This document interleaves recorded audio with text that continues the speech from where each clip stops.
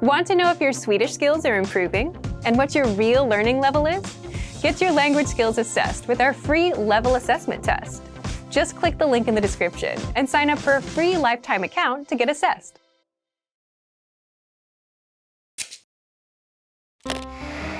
How are your Swedish listening skills?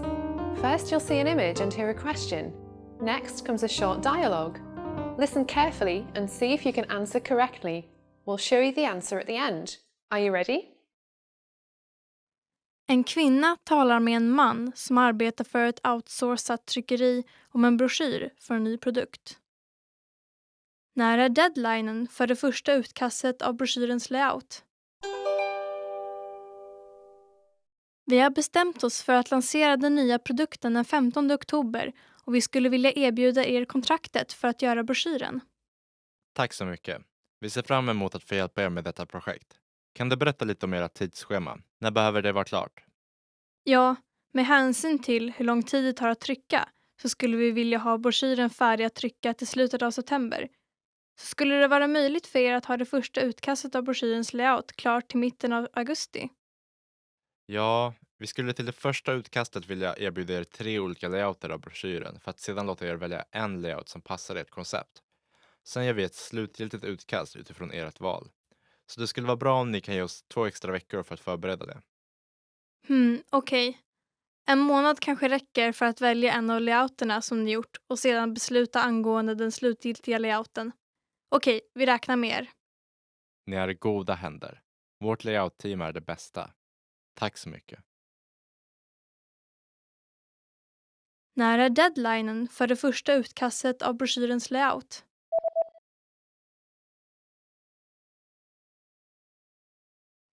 En kvinna talar med en man som arbetar för ett outsourcat tryckeri om en broschyr för en ny produkt. När är deadlinen för det första utkastet av broschyrens layout?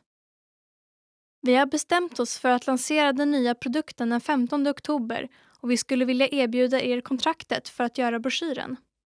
Tack så mycket. Vi ser fram emot att få hjälpa er med detta projekt. Kan du berätta lite om era tidsschema? När behöver det vara klart? Ja, med hänsyn till hur lång tid det tar att trycka så skulle vi vilja ha broschyren färdig att trycka till slutet av september. Så skulle det vara möjligt för er att ha det första utkastet av broschyrens layout klart till mitten av augusti? Ja, vi skulle till det första utkastet vilja erbjuda er 3 olika layouter av broschyren för att sedan låta er välja en layout som passar ert koncept. Sen gör vi ett slutgiltigt utkast utifrån ert val. Så det skulle vara bra om ni kan ge oss 2 extra veckor för att förbereda det. Okej. En månad kanske räcker för att välja en av layouterna som ni gjort och sedan besluta angående den slutgiltiga layouten. Okej, vi räknar med er. Ni är i goda händer. Vårt layout-team är det bästa.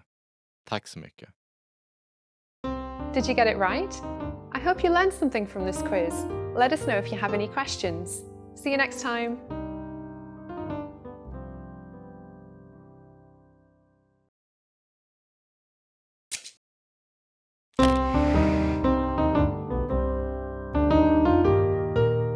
Hej allihopa, jag är Engla. Våffeldagen firas den 25 mars varje år. I anknytning till detta firas Marie bebådelsedag, eller vårfrudagen som den också kallas, en söndag mellan den 22 och den 28 mars. I den här lektionen får du lära dig om varför denna dag kom att kallas för våffeldagen och vad den handlade om från början. Vet du varför ungdomar och barn i Västsverige förr i tiden sprang barfota runt huset eller gödselstacken på just den här dagen? Vi ger dig svaret i slutet av den här videon. Våffeldagen har faktiskt en ganska rolig historia bakom sig. Från början firade man Marie bebådelsedag, som även kallas vårfrudagen. Vårfrudagen har sedan i folkmun blivit till våffeldagen och det är därför många kallar Marie bebådelsedag för våffeldagen istället och äter våfflor på den här dagen. Våffeldagen firas dock alltid den 25 mars medan vårfrudagen alltid firas på en söndag, så det har blivit lite separerade på den senaste tiden. Om den 25 mars infaller på en söndag blir alltså våffeldagen och Marie bebådelsedag samma dag. De kristna firar Marie bebådelsedag eftersom det var dagen ängeln Gabriel kom ner till Maria och meddelade att hon skulle föda Guds son, Jesus, 9 månader senare. Det här har firats sedan 600-talet. I bondesamhället inledde vårfridagen en period med intensivt vårbruk och markerade övergången mellan vinter och vår. Eftersom vårfrudagen låter ganska likt våffeldagen har svenskarna hittat på en ny tradition och äter våfflor med sylt och grädde på den här dagen. Våfflor fanns redan på medeltiden, men den moderna våfflan har sitt arv från sent 1800-tal. I Sverige är det vanligt nu att köpa en färdig våffelsmet fast man gräddar våfflorna själv.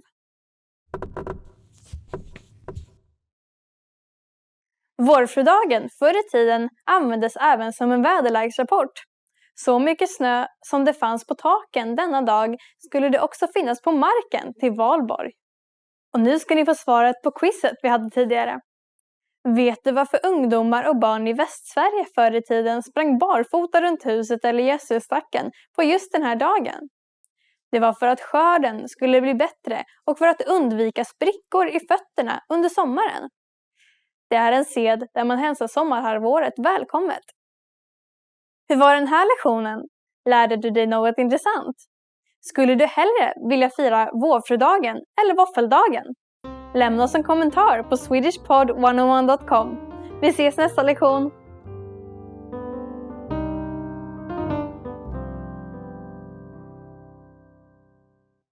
Did you take your free level assessment yet? Here's an extra bonus resource you'll get when you take the assessment. When you receive your result and learning level, you also unlock a free language course for your specific level, so you can start learning and level up your language skills. Just click the link in the description to get access.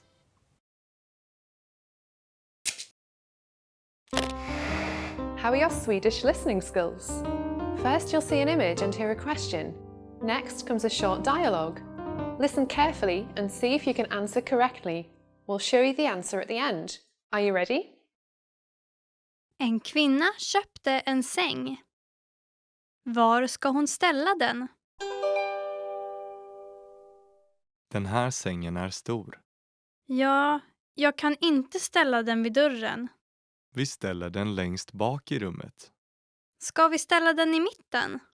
Nej, vi ställer den i hörnet. Okej, det låter bra. Kan du hjälpa mig lyfta den? Var ska hon ställa den?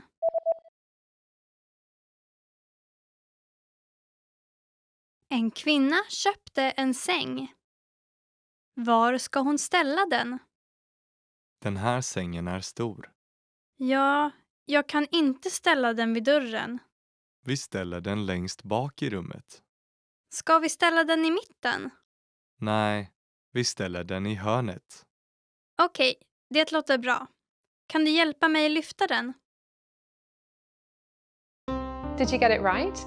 I hope you learned something from this quiz. Let us know if you have any questions. See you next time.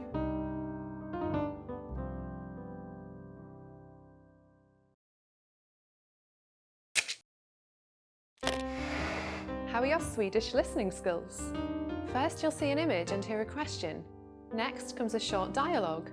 Listen carefully and see if you can answer correctly. We'll show you the answer at the end. Are you ready? En man pratar med ett affärsbiträde. Vilken skjorta ska han köpa? Vilken skjorta tycker du är bättre? Den vita eller den blåa? Tja, jag tycker den blåa är bra. Den passar bra till din gråa jacka. Tycker du? Men den passar inte bra med min röda slips. Eller hur? Tja, jag håller med. Okej, då tar jag den vita, inte den blåa. Vilken skjorta ska han köpa?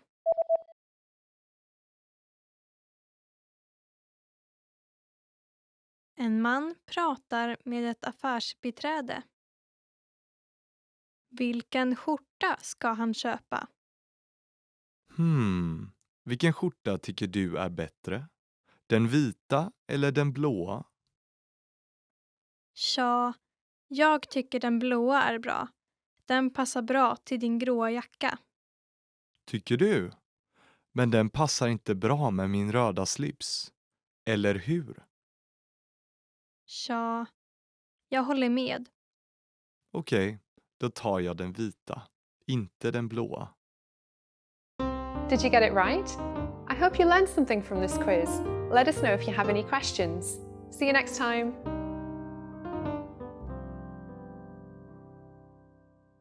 Hi everyone! Do you know the 1,000 most useful phrases in Swedish? In this lesson, you'll be able to know all of them, so sit back, relax, and have a cup of tea as you listen and learn. Var är toaletten? Ursäkta mig. Balt. Jag har bokat ett rum. Hur mycket kostar den här? Vad är det här? Tack. På riktigt. Kan du ge mig rabatt? Är wifi gratis? Kan jag få notan? Har du några rekommendationer? Kan jag prova den här?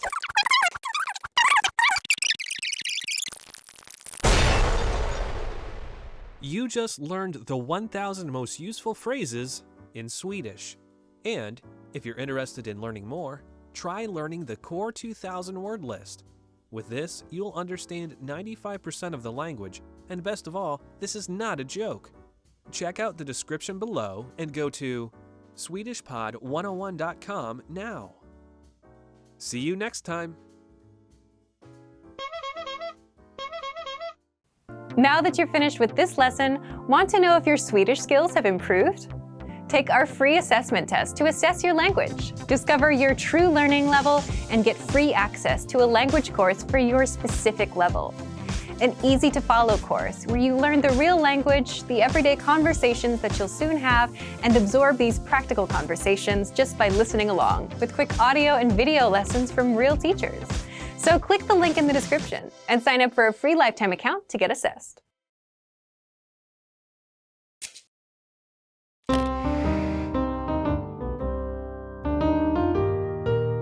Hej allihopa, jag är Engla. I Sverige firar vi julafton och inte juldagen. Så dagen alla barn och kanske vuxna längtar till är den 24 december. I den här lektionen kommer du få lära dig om julafton i Sverige och vad vi gör när vi firar den. Vet du vad det första tomten säger när han kommer hem till en svensk familj på julafton är? Vi ger dig svaret i slutet av den här videon. I Sverige är det tradition att fira jul med familj och släkt. Det är vanligt att hela släkten samlas runt 12-tiden för att äta en gemensam jullunch. Jullunchen brukar bestå av bland annat risgrynsgröt och mackor med julskinka. Det är heller inte ovanligt att man äter jullunchen först och sen samlas släkten. Man gör lite som man vill. Efter lunch, klockan 15.00, börjar Kalle Anka på TV. Varje julafton sedan 1960 har samma Kalle Anka-program sänds i svensk TV och har blivit en klassiker. Varje år hamnar programmet i topp 5 över de mest sedda TV-programmen under året. 2012 var det hela 3.900 000 personer som tittade. Tänk då på att Sverige bara har cirka 9 miljoner invånare. Ganska häftigt, eller hur? Efter Kalle Anka brukar man börja med middagen. På ett svenskt julbord brukar vi duka fram inlagd sill, potatis, prinskorv, köttbullar, Janssons frestelse, lax med mer. Till detta dricker vi ofta julöl eller julmust. Julmust är en läsk som konsumeras vid jul och påsk. På påsken ändrar den dock namn till påskmust. Receptet är hemligt och enbart 3 personer känner till de exakta ingredienserna. Efter middagen delar vi ut julklappar till varandra och ibland kommer tomten.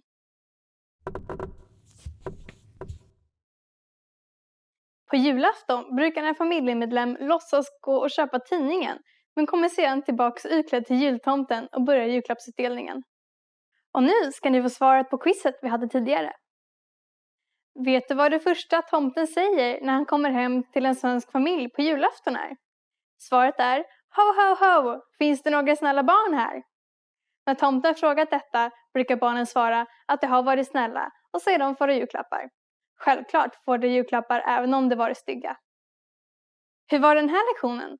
Lärde du dig något intressant? Vad önskar du dig i julklapp? Lämna oss en kommentar på swedishpod101.com. Vi ses nästa lektion!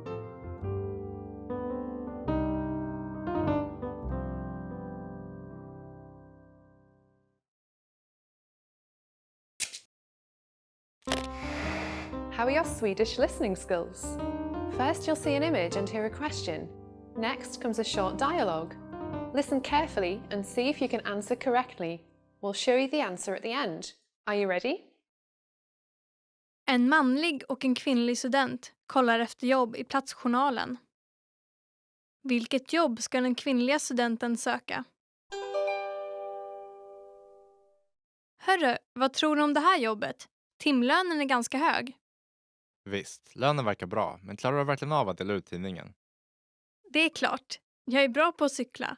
Men jag oroar mig över att behöva gå upp tidigt. Den här då? Lönen är inte hög, men du kan arbeta 2 eller 3 dagar i veckan och du börjar arbetet på kvällen. Den här, som snabbköpskassörska. Ja, det skulle vara bra att jobba efter skolan. Den här på ett café kanske också skulle vara bra? Åh ja, jag älskar det stället. Och det ligger på vägen till skolan. Inte illa va?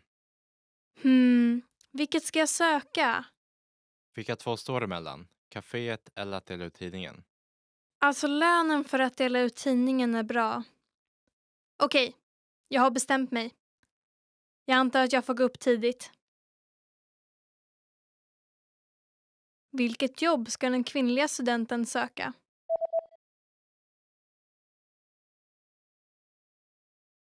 En manlig och en kvinnlig student kollar efter jobb i platsjournalen.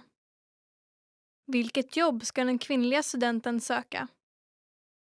Hörru, vad tror du om det här jobbet? Timlönen är ganska hög. Visst, lönen verkar bra, men klarar du verkligen av att dela ut tidningen? Det är klart, jag är bra på att cykla. Men jag oroar mig över att behöva gå upp tidigt. Den här då? Lönen är inte hög, men du kan arbeta 2 eller 3 dagar i veckan och du börjar arbetet på kvällen. Den här, som snabbköpskassörska. Ja, det skulle vara bra att jobba efter skolan. Den här på ett café kanske också skulle vara bra? Åh ja, jag älskar det stället. Och det ligger på vägen till skolan. Inte illa va? Vilket ska jag söka? Vilka 2 står emellan? Caféet eller att dela ut tidningen? Alltså lönen för att dela ut tidningen är bra. Okej, jag har bestämt mig. Jag antar att jag får gå upp tidigt. Did you get it right? I hope you learned something from this quiz. Let us know if you have any questions. See you next time.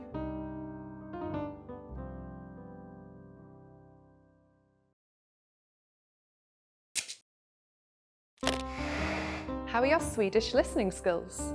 First, you'll see an image and hear a question. Next comes a short dialogue. Listen carefully and see if you can answer correctly. We'll show you the answer at the end. Are you ready? En kvinna provar en klänning och talar med butiksbiträdet. Vilken klänning ska hon köpa? Den klär dig och den sitter perfekt. Ja, den passar. Men jag använder ofta enfärgade kläder. Jag är inte van med den här typen av mönster. Jag tycker det ser bra ut. Gör det. Det skulle fortfarande krävas lite mod för att jag skulle våga ha den på mig. Den här klänningen då? Mönstret är lite mer dämpat så den kommer inte kännas så skrikig. Du har rätt. Låt mig pröva den. Här. Hur är den? Den här passar mig mycket mer än den förra.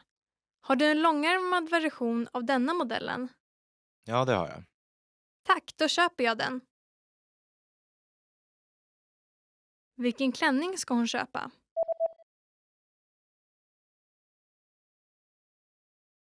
En kvinna provar en klänning och talar med butiksbiträdet. Vilken klänning ska hon köpa? Den klär dig och den sitter perfekt. Ja, den passar.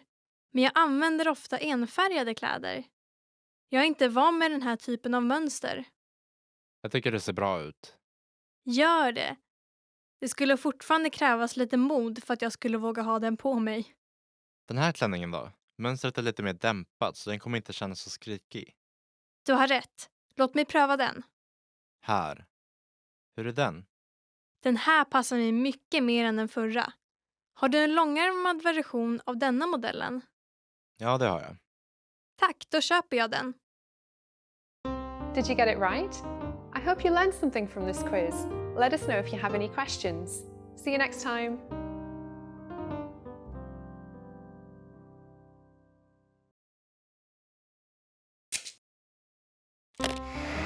How are your Swedish listening skills? First, you'll see an image and hear a question. Next comes a short dialogue. Listen carefully and see if you can answer correctly.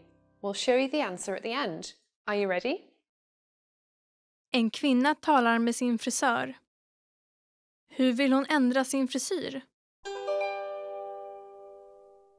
Hej, kan jag hjälpa dig? Hej, jag hade bokat en tid till 3 i namnet Richie. Ja, välkommen. Var vänlig att följa med här. Vad kan jag göra för dig idag? Jag skulle vilja ändra min frisyr lite. Okej, vilken längd skulle du vilja ha? Axellängd ungefär. Okej, och hur vill du göra med luggen? Behåll luggen. Vill du ha den rak ner eller delad åt sidan? Lite delad åt sidan. Vilken sida? Kanske lite till vänster, från mitten. Jag förstår. Vi ska börja med att schamponera håret, så om du följer med här. Hur vill hon ändra sin frisyr?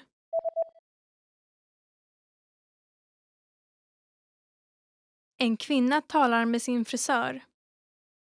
Hur vill hon ändra sin frisyr? Hej, kan jag hjälpa dig? Hej, jag hade bokat en tid till 3 i namnet Richie. Ja, välkommen. Var vänlig att följa med här. Vad kan jag göra för dig idag? Jag skulle vilja ändra min frisyr lite. Okej, vilken längd skulle du vilja ha?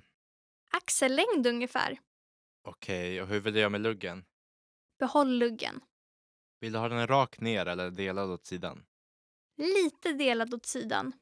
Vilken sida? Kanske lite till vänster, från mitten. Jag förstår. Vi ska börja med att schamponera håret, så om du följer med här. Did you get it right? I hope you learned something from this quiz. Let us know if you have any questions. See you next time.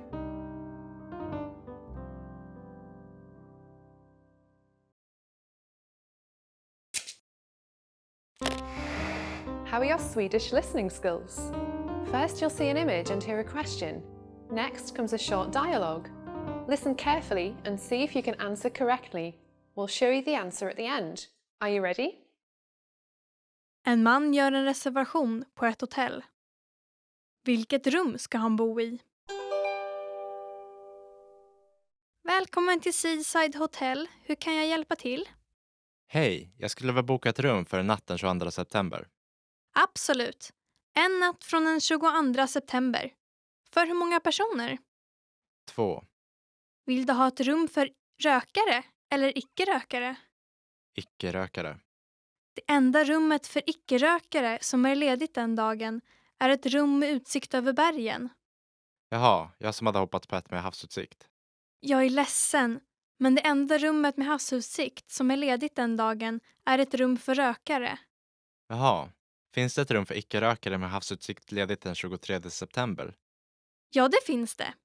Okej, då kommer vi den 23 september. Vilket rum ska han bo i?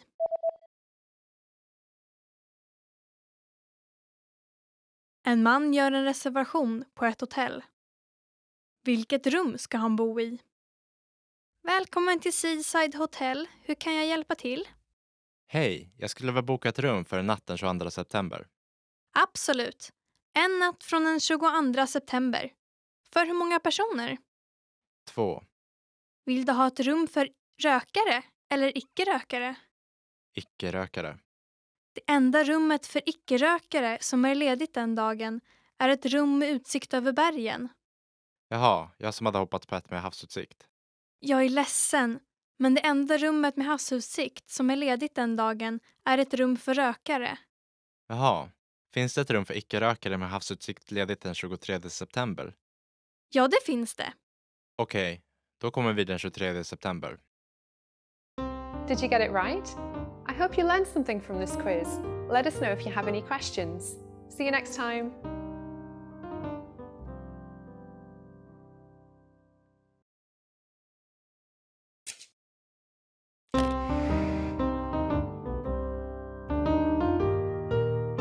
Hej jag är Engla. Midsommarafton infaller en fredag mellan den 19 och den 25 juni och är sommarens stora fest som även brukar vara startskottet för många svenskars sommarledighet. I den här lektionen får du lära dig om vad midsommar är och hur vi firar det i Sverige. Vet du vad som händer om du på midsommarafton lägger 7 olika sorters blommor under kudden? Vi ger dig svaret i slutet av den här videon. Midsommarafton firas nära sommarsolståndet, som är det dygnet när dagen är som längst och natten som kortast. Ursprunget till att man firar den här dagen är just för att glädjas åt den längsta dagen på året. Den korrekta dagen att fira midsommar på vore det alltså den 21 juni, då sommarsolståndet brukar inträffa.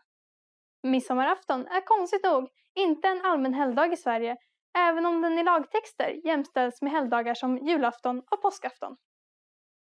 På midsommarafton är det tradition att resa en midsommarstång. Midsommarstången är utformad som ett kors och kläs med björklöv och blommor. Sedan dansar man i stor grupp runt stången och sjunger olika sånger, oftast ackompanjerat av dragspel. Kvinnor och barn brukar göra egna kransar av björklöv och blommor som de har i håret. Man får dock akta sig för fästingar. På midsommar är det nog bra om du är extra försiktig.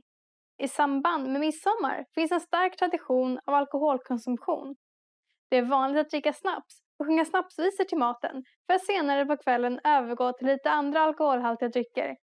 Detta gör midsommar till en av de dagarna på året då mest fylleri och bråk inträffar. Eftersom midsommar är starten på många semester är det många som reser just den här tiden.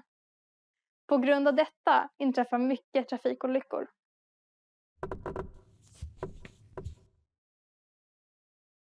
Små grodorna är en sång som sjungs när vi dansar runt midsommarstången.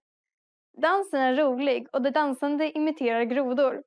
Dansen brukar bli extra populär efter ett par snaps. Och nu ska ni få svaret på quizet vi hade tidigare. Vet du vad som händer om du på midsommarafton lägger 7 olika sorters blommor under kudden? Det sägs att om du lägger 7 olika sorters blommor under kudden på midsommarafton så kommer du drömma om personen du kommer att gifta dig med i framtiden. Hur var den här lektionen? Lärde du dig något intressant? Har du någon liknande festival i ditt land?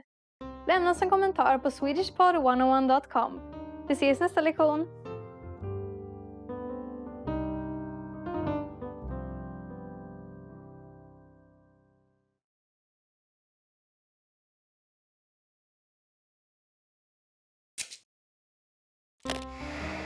How are your Swedish listening skills? First, you'll see an image and hear a question. Next comes a short dialogue. Listen carefully and see if you can answer correctly. We'll show you the answer at the end. Are you ready? En man och en kvinna pratar om förberedelserna inför en presentation som de ska hålla på deras kontor imorgon. Vad är det som kvinnan ska kolla direkt efter att samtalet är avslutat? Okej, jag tror vi nästan är klara inför presentationen imorgon. Bara några saker till. Mötet börjar prick klockan 9, så kan du dubbelkolla mötesrummet idag. Jajamensan, jag har redan kollat det. Okej, perfekt. Har du kollat så att projektorn fungerar som den ska? Ja, jag tänkte kolla projektorn imorgon bitti när jag har min bärbara dator. Nej, vi måste kolla det idag. Vi kommer inte ha tid att hålla på med det imorgon om det är några problem. Så se till att kolla projektorn idag. Det är det allra viktigaste, okej? Jag ska göra det. Och fixade du kopior av de där handoutsen? Tanaka ordnar det nu. Får se nu, vad mer? Har du kollat whiteboarden? Ja, det har jag. Ibland så finns det inte tillräckligt med bläck kvar i pennorna. Har du haft möjlighet att kolla dem? Inte ännu, men jag ska se till att göra det sen. Ja, var snäll och se till att du gör det idag. Vad är det som kvinnan ska kolla direkt efter att samtalet är avslutat?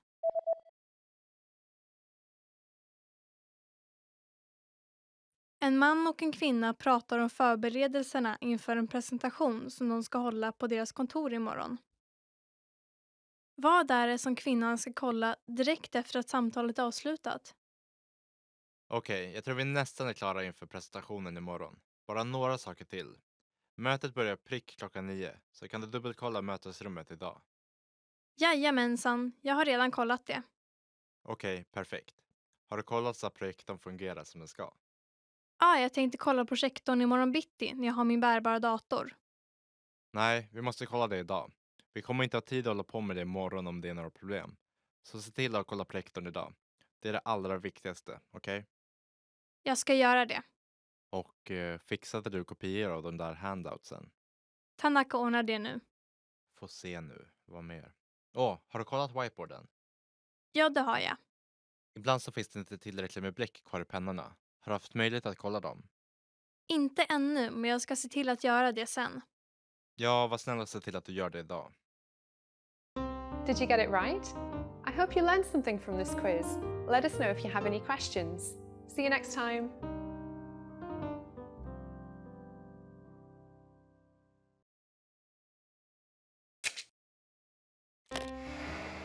Hi everyone, I'm Gabriella.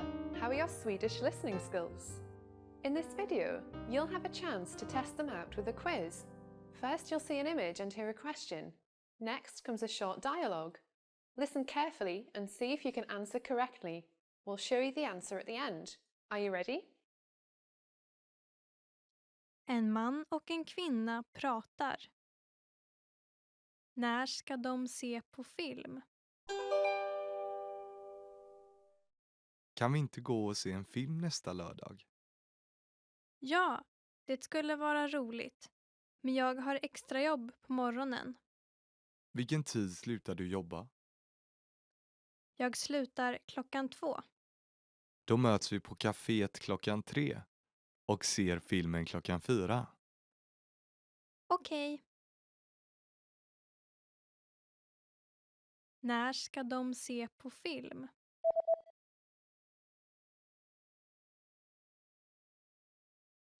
En man och en kvinna pratar. När ska de se på film? Kan vi inte gå och se en film nästa lördag? Ja, det skulle vara roligt. Men jag har extra jobb på morgonen. Vilken tid slutar du jobba? Jag slutar 2:00.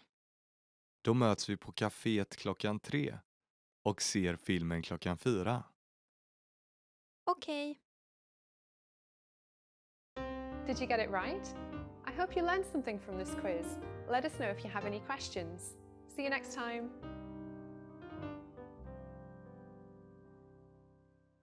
Hi everybody, welcome to Swedish Pod 101. I'm Hannah. I'm talking to you today from Sweden. It's a beautiful spring morning here. So today we're going to talk about 10 phrases you always want to hear. A few nice ones to remember that will probably make you happy if you hear them and that you can use to make someone else happy as well. Du ser bra ut idag. You look great today. Du ser bra ut idag. You look great today. Such a short and easy one, but I believe this is something you can tell anyone and it will always make them happy. So, good one to remember. Jag saknar dig. I miss you. Jag saknar dig. I miss you. I hope you don't get to hear this too much because maybe that means that you're too far away from your loved ones. But of course, when you like people, you will hopefully miss them too sometimes. I guess that's part of the game, don't you think? Du gjorde ett bra jobb. You did a great job. Du gjorde ett bra jobb. You did a great job. I think this one is extra special actually because when it's about work or a school project or something, it means that you put an effort into it, like maybe worked really hard, and someone tells you that you did a great job. That's maybe that's even more worth than money, that someone is really happy about what you did. So use this one. Det kommer en bonus i slutet av månaden. There'll be a bonus at the end of the month. Det kommer en bonus i slutet av månaden. There'll be a bonus at the end of the month. Well, this one means that you did an extra good job, I think, if someone is willing to give you a bonus, or if that you worked hard enough to earn that well-deserved bonus. So good on you if you hear this. Du är en utmärkt kock. You're an excellent cook. Du är en utmärkt kock. You're an excellent cook. Well, personally, I'm not that into cooking, so honestly, I'm not sure if I get to hear this too much. But if you like cooking, I hope you get to hear this from people trying out your food. I'm sure you do. Och du vinner. And you win. Och du vinner. And you win. I hope that you sometimes win, but maybe not all the time, because maybe that would make people around you angry. So I hope you win now and then, and that you enjoy it when you do. Du hade rätt. You were right. Du hade rätt. You were right. Again, it's always nice to be right, I think. If you weren't sure about something and you look it up and you find out that you were right, but I hope this is not part of an argument where someone is angry at you for being right. So sometimes I think it's more important to agree to disagree to, but I'm sure you got this. Jag tog med något speciellt till dig. I brought you something special. Jag tog med något speciellt till dig. I brought you something special. Maybe if someone you know, like a loved one in the family, has been away traveling and bring you home something special, I know that's something I really appreciate when people do. Budgeten är obegränsad. The budget is unlimited. Budgeten är obegränsad. The budget is unlimited. Well, this is nice when you're gonna work on a project or something, that you can put everything into it that you want. So I hope you get to hear this sometimes. Jag är så stolt över dig. I'm so proud of you. Jag är så stolt över dig. I'm so proud of you. Maybe this is my favorite on the list, to hear that someone is really proud of me. It's something extra. That's it for today. 10 phrases you always want to hear. Maybe you heard one of them today already. Maybe you have a favorite that you like to hear or that you like to tell people. I hope you get to hear them now and then, and that you use them. That would make people happy. And yeah. So remember to like, comment, and subscribe to the channel, and head over to swedishpod101.com to learn more. Thank you so much. I look forward to next time. Bye bye.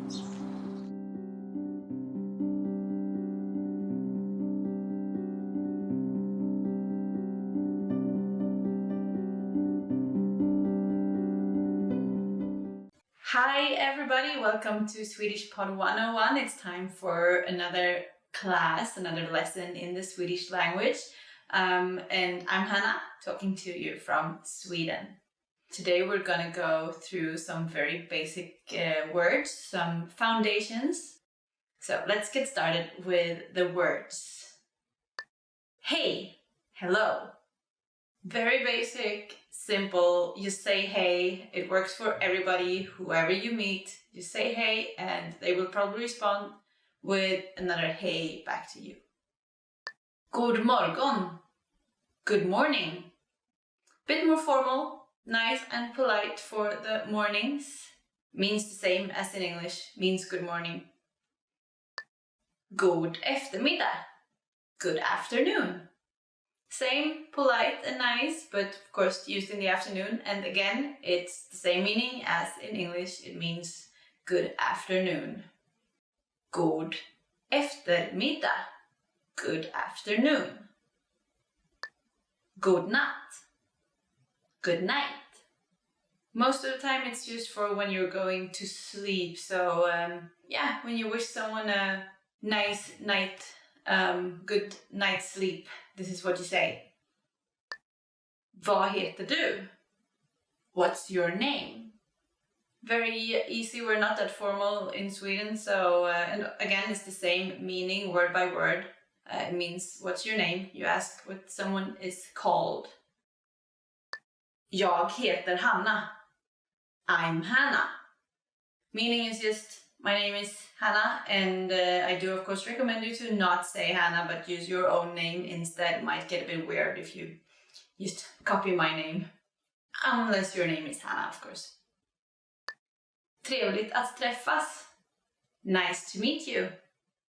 Same meaning as in English again. Always you can use this when you meet someone, like when you introduce yourself, but you can also use it when you say goodbye and you want to tell them that it was nice getting to know them, nice meeting them, first time or every time. So there's no wrong time for using this one when you want to tell someone that it was nice seeing them. Hur mår du? How are you? Nice and easy short phrase. Sometimes in Sweden we do respond like, oh, it's all good, even though it's not. And sometimes if you know someone closer, they probably give you a more thorough explanation, tell them a bit more about what's going on in their life. So this can either be just a polite phrase or when you sincerely mean to, find out more about what's going on in someone's life. Jag mår bra tack. Och du? I'm fine thanks. And you? Yeah, so maybe this is the polite version of the answer if everything is good, or if everything is good. So this is just the most common way to respond if someone asks you like, what's going on? It's all good. I don't want to go too deep into whatever is going on in your life, but it's nice and polite. And of course it ends with asking someone back how they are. Snälla, please. In Swedish we use this word snälla. It's the meaning of snäll is nice, kind. And sometimes we use the word for thanks instead, like in the end of the sentence, like, can you pass me the salt, please? We say tack, thanks, instead of this word.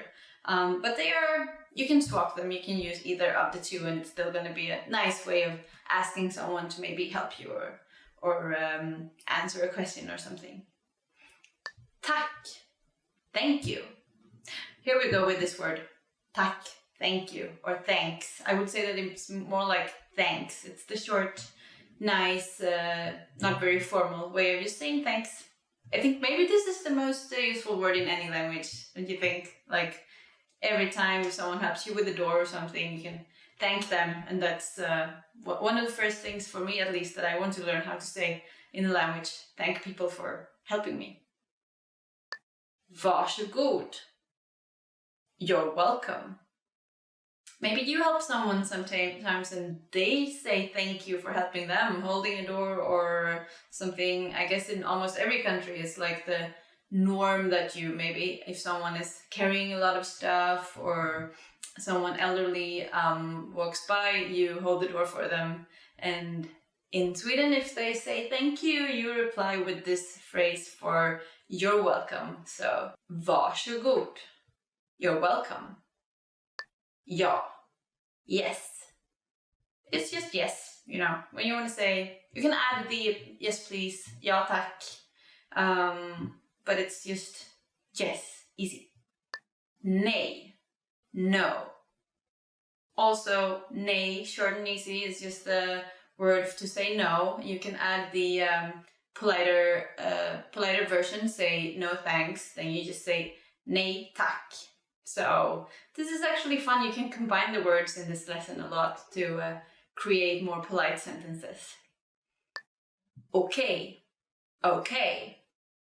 So this one you kind of already knew if you know the English version. And I've heard that okay is one of the most common words in the world these days. It's used in a lot of languages, almost the same pronunciation, almost the same spelling as well. So okay.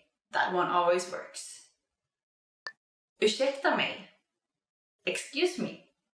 For when you want to maybe walk by someone is standing in your way, like maybe accidentally blocking a door or something, you just want to politely ask them if you can step by or if they could move to the side, then you use this one. Also, if you want to get attention, you use this like excuse me to get some attention. Maybe in a restaurant or something like that. Förlåt. Sorry. Maybe almost as useful as knowing how to say thanks.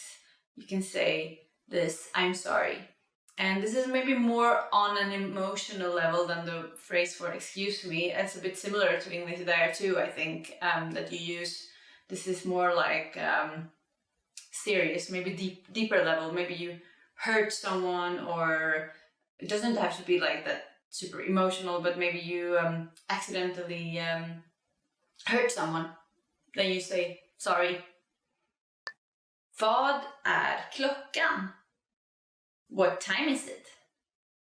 So in Sweden we don't use the AM PM, but we use the 1, 2, 3, 4, then we say 13, 14, 15 hours for the afternoon time.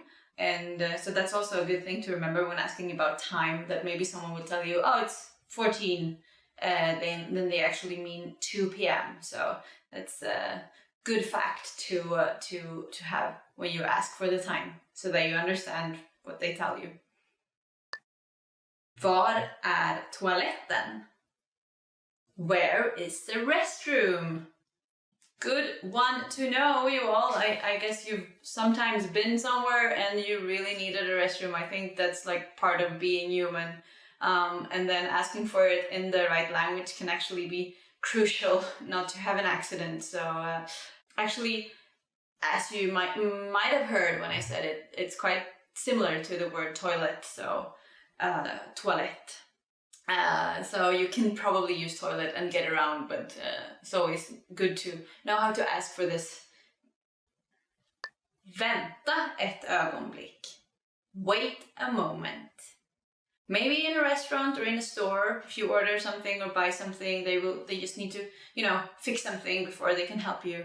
Then this is what they will tell you, to just wait a moment, and hopefully it's just a moment and not longer. Hur mycket kostar det här? How much is this? So except for getting food, maybe the next thing you need to solve when you're traveling is to buy some things, do some shopping. And then, of course, in Sweden we don't haggle, so when you ask for the price, you'll get what you're expected to pay. There are a few exceptions to this, like a few markets where you can haggle and discuss the price, but most places it's just fixed, so when you ask for it, you'll get the answer you need. Kan jag få notan, tack? Could I get the check, please? This is for asking to pay. In a restaurant, you can just raise your hand and ask for the check and you'll be able to pay. Kan jag få notan, tack? Could I get the check, please? Hjälp. Help. I hope you don't have to use this one anytime at all, because it might mean that you're in a tricky situation, but if you do end up in one, it's of course useful to be able to scream for help. Quite similar to the English one, hjälp.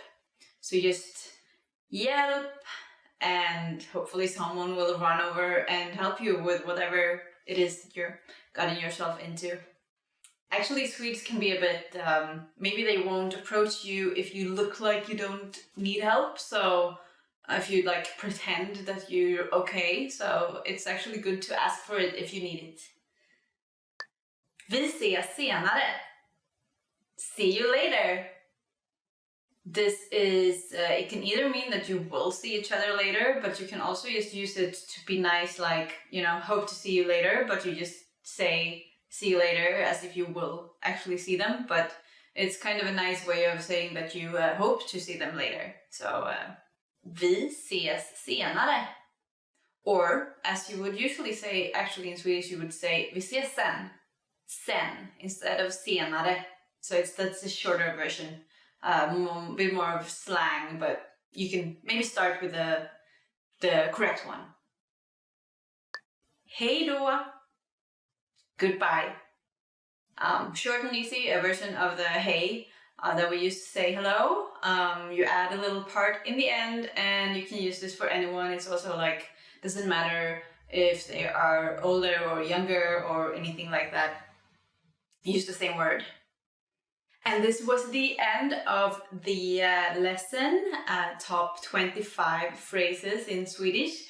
I hope you learned some of them already and that you'll take your time to go out and practice short, easy phrases that will make you sound a bit more nice. And the Swedish people, of course, like everybody, appreciates when you use some of their language.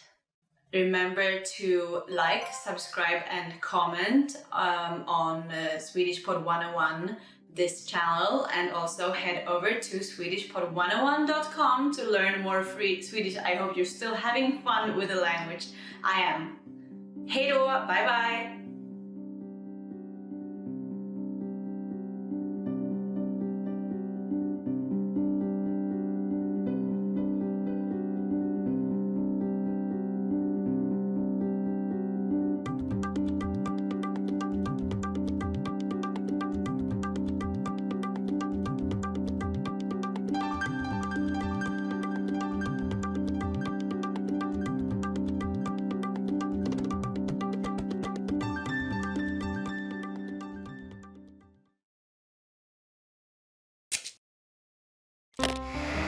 How are your Swedish listening skills? First, you'll see an image and hear a question. Next comes a short dialogue. Listen carefully and see if you can answer correctly. We'll show you the answer at the end. Are you ready? En man och en kvinna pratar om förberedelserna inför en presentation som de ska hålla på deras kontor imorgon.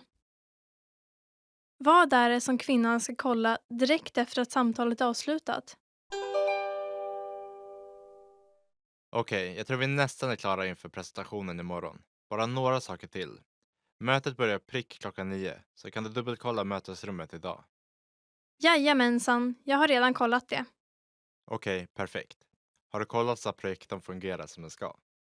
Ja, jag tänkte kolla projektorn imorgon bitti när jag har min bärbara dator. Nej, vi måste kolla det idag. Vi kommer inte ha tid att hålla på med det imorgon om det är några problem. Så se till att kolla projektorn idag. Det är det allra viktigaste, okej? Jag ska göra det. Och fixade du kopior av de där handoutsen? Tanaka ordnar det nu. Får se nu, vad mer? Har du kollat whiteboarden? Ja, det har jag. Ibland så finns det inte tillräckligt med bläck kvar i pennorna. Har du haft möjlighet att kolla dem? Inte ännu, men jag ska se till att göra det sen. Ja, var snäll och se till att du gör det idag. Vad är det som kvinnan ska kolla direkt efter att samtalet är avslutat?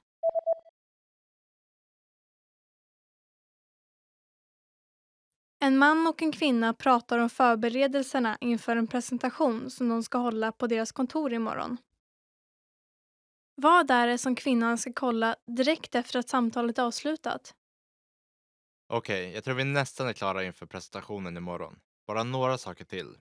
Mötet börjar prick 9, så kan du dubbelkolla mötesrummet idag. Jajamensan, jag har redan kollat det. Okej, perfekt. Har du kollat så att projektorn fungerar som den ska? Ja, jag tänkte kolla projektorn imorgon bitti när jag har min bärbara dator. Nej, vi måste kolla det idag. Vi kommer inte ha tid att hålla på med det imorgon om det är några problem. Så se till att kolla projektorn idag. Det är det allra viktigaste, okej? Jag ska göra det. Och fixade du kopior av de där handoutsen? Tanaka ordnar det nu. Får se nu, vad mer? Har du kollat whiteboarden? Ja, det har jag. Ibland så finns det inte tillräckligt med bläck kvar i pennorna. Har du haft möjlighet att kolla dem? Inte ännu, men jag ska se till att göra det sen. Ja, var snäll och se till att du gör det idag. Did you get it right? I hope you learned something from this quiz. Let us know if you have any questions. See you next time.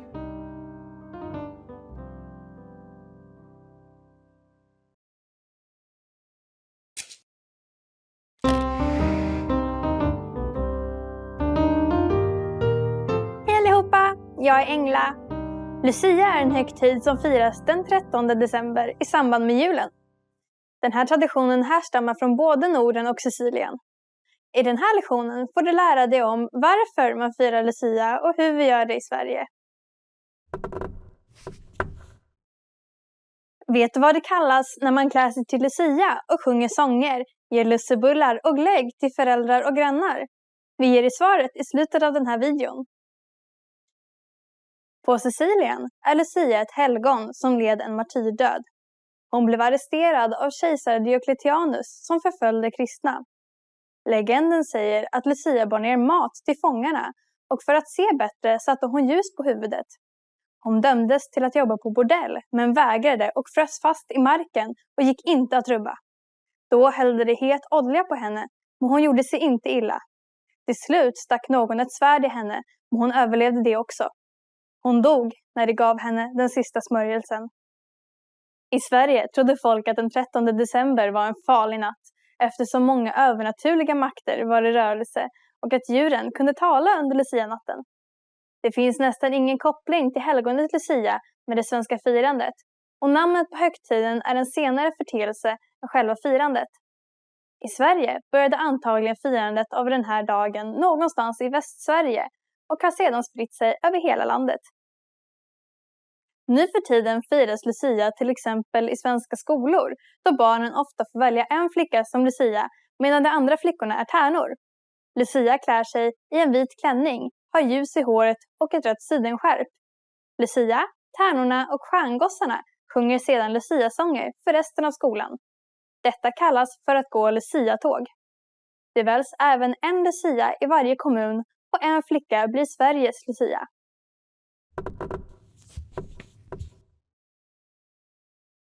Den första gången någon skrivit om en Lucia med ljus på huvudet var år 1820 och då var det otroligt nog en manlig Lucia.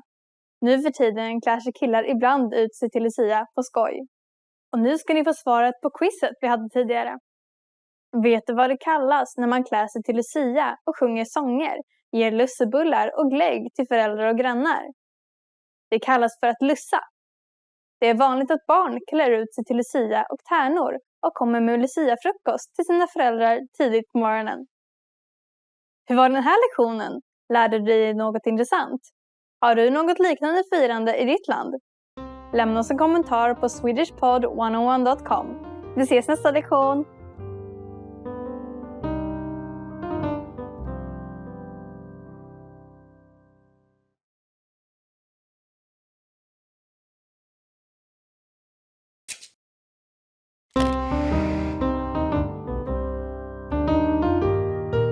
Hej allihopa, jag är Engla. Valborgsmässoafton firas den 30 april och grundar sig antagligen på en hednisk högtid från Tyskland, men har under årens lopp firats av en väldans många olika anledningar. I den här lektionen får du lära dig om varför vi firar valborg i Sverige idag och vad valborgsmässoafton haft för betydelse förr. Vet du vad som händer dagen efter valborgsmässoafton den 1 maj? Vi ger dig svaret i slutet av den här videon. Förr i tiden, när kristendomen kommit till Sverige, trodde man att häxorna på valborgsmässonatten red på kvastar eller getter till gamla offerplatser och gjorde ofog i djävulens sällskap. För att oskadliggöra sig mot dessa dumma saker tände människor eldar och förde oväsen. Valborgsmässoafton handlade alltså om att skydda sig från häxor och skrämma bort onda andar. Nu för tiden är det väldigt få som sammankopplar valborg med att skrämma iväg häxor. Innan kristendomen kom till Sverige firade man våren och ljuset tände eldar för att bränna det gamla för att få plats för det nya. Sveriges vinter är väldigt lång och mörk så det var en självklarhet att fira när äntligen ljuset tittade fram. Nu för tiden brukar man göra upp en stor eld där man samlas, sjunger sånger, grillar korv och myser. Valborg är även en stor högtid för många av Sveriges och Finlands universitet och högskolor. Den 30 april sätter man på sig sin studentmössa och många event arrangeras. Vanligtvis brukar orkestrar spela och vårtal hållas. Ibland arrangeras även tävlingar. I studentstaden Uppsala äger den så kallade forsränningen rum varje år sedan 1975. Varje år samlas tusentals människor för att titta på.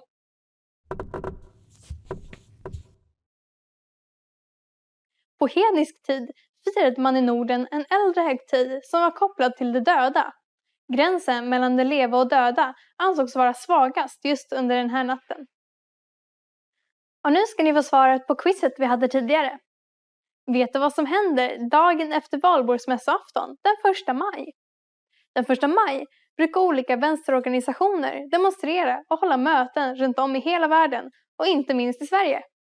Den första maj-demonstrationen hölls i Sverige år 1890. Hur var den här lektionen? Lärde du dig något intressant? Tror du på häxor? Lämna oss en kommentar på swedishpod101.com. Vi ses nästa lektion!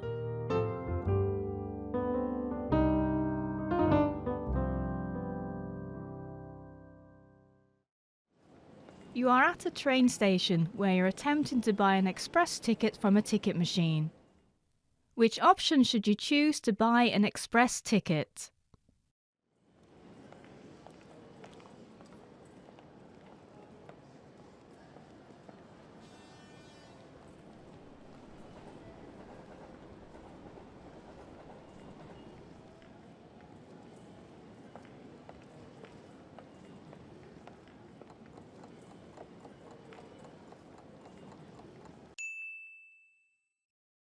Which option should you choose to buy an express ticket?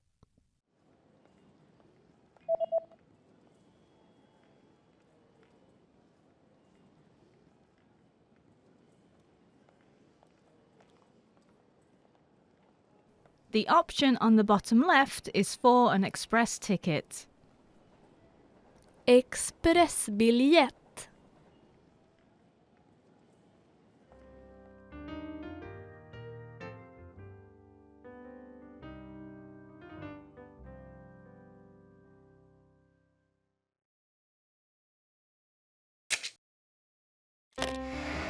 How are your Swedish listening skills? First, you'll see an image and hear a question. Next comes a short dialogue. Listen carefully and see if you can answer correctly. We'll show you the answer at the end. Are you ready? Du lyssnar på väderleksrapporten.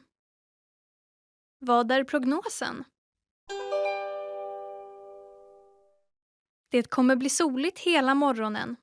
På eftermiddagen kommer det dock bli molnigt och det kommer att regna på kvällen. Regnet kommer att fortsätta hela natten till tidig morgon. Då kommer solen titta fram igen. Vad är prognosen?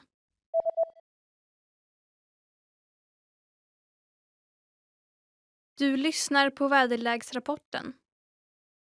Vad är prognosen? Det kommer bli soligt hela morgonen. På eftermiddagen kommer det dock bli molnigt och det kommer att regna på kvällen. Regnet kommer att fortsätta hela natten till tidig morgon. Då kommer solen titta fram igen. Did you get it right? I hope you learned something from this quiz. Let us know if you have any questions. See you next time.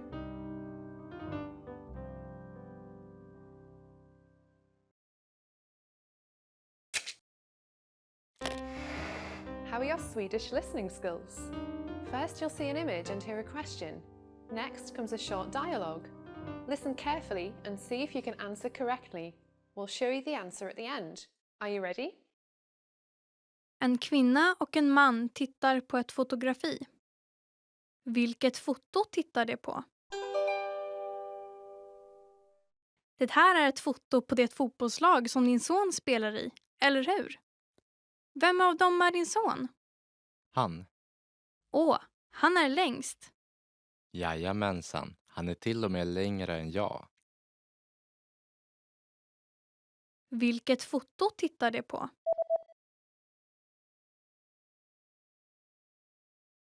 En kvinna och en man tittar på ett fotografi.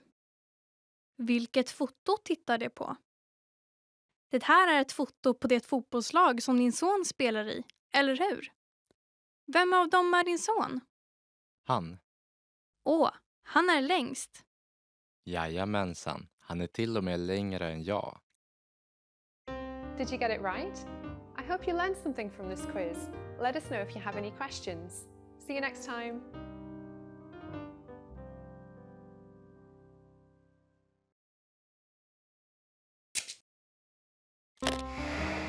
Hi everyone, I'm Gabriella. How are your Swedish listening skills? In this video, you'll have a chance to test them out with a quiz. First, you'll see an image and hear a question. Next comes a short dialogue. Listen carefully and see if you can answer correctly. We'll show you the answer at the end. Are you ready? En man redovisar för sitt företags försäljningsutveckling på ett möte. Vilka 2 tabeller använder han för sin presentation? Var snäll och titta på handouten. Den vänstra tabellen visar vårt företags försäljning under de senaste 3 åren och försäljningsprognosen för detta år. Och den högra tabellen visar försäljningen per månad fram till oktober detta år. Låt oss nu titta på den vänstra tabellen. Den visar att försäljningen stadigt har ökat under de senaste 3 åren. Och om vi fortsätter att öka vår försäljning så kommer den totala försäljningen för det här året vara en ökning i förhållande till förra året. Härnäst ska vi titta på den högra tabellen. Den högra tabellen visar att kampanjerna som vi körde i april och augusti var rätt effektiva. Jag förstår. Men försäljningen minskade efter kampanjerna i maj och september. Ja, men den här typen av tillbakagång är oundvikligt. Jag förväntar mig att den årliga försäljningen för detta år kommer visa på en ökning i förhållande till förra året om vi fortsätter att öka vår försäljning. Vilka 2 tabeller använder han för sin presentation?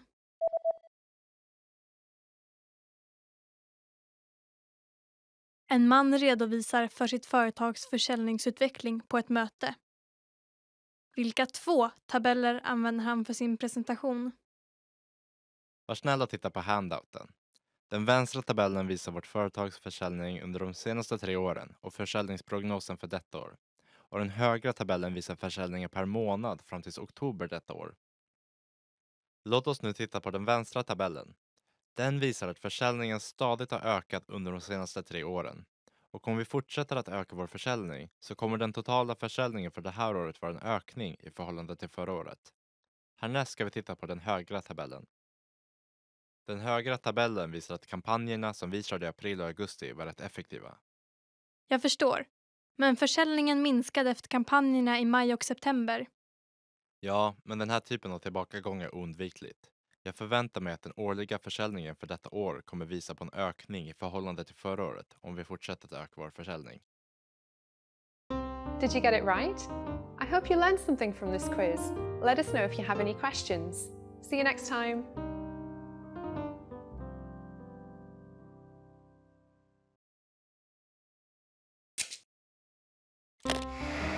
How are your Swedish listening skills? First, you'll see an image and hear a question. Next comes a short dialogue. Listen carefully and see if you can answer correctly. We'll show you the answer at the end. Are you ready?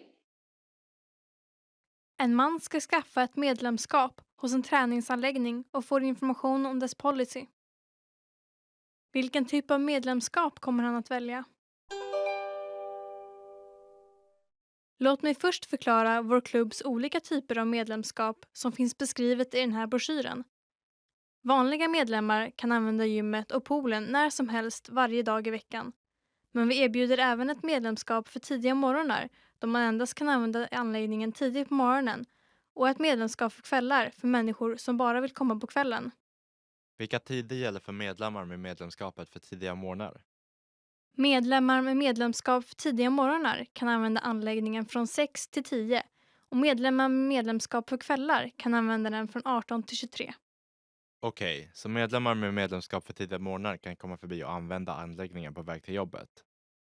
Precis. Medlemskapet för tidiga morgnar är populärt bland människor med 9-5 jobb. Och vi erbjuder även medlemskap för bara gymmet eller bara för poolen ifall du bara vill använda en av dem. Jag vill använda både gymmet och poolen. Jag tror att jag kommer använda gymmet tidigt på morgonen innan jag åker till jobbet på vardagar och poolen på helger. Har ni ett medlemskap som endast gäller tidiga morgnar på vardagar men hela dagen på helgen? Jag är ledsen, men vi erbjuder inte ett sådant medlemskap, är jag rädd. Okej, jag tror inte att jag kommer upp så tidigt på helgen, så jag väljer den här typen av medlemskap. Vilken typ av medlemskap kommer han att välja?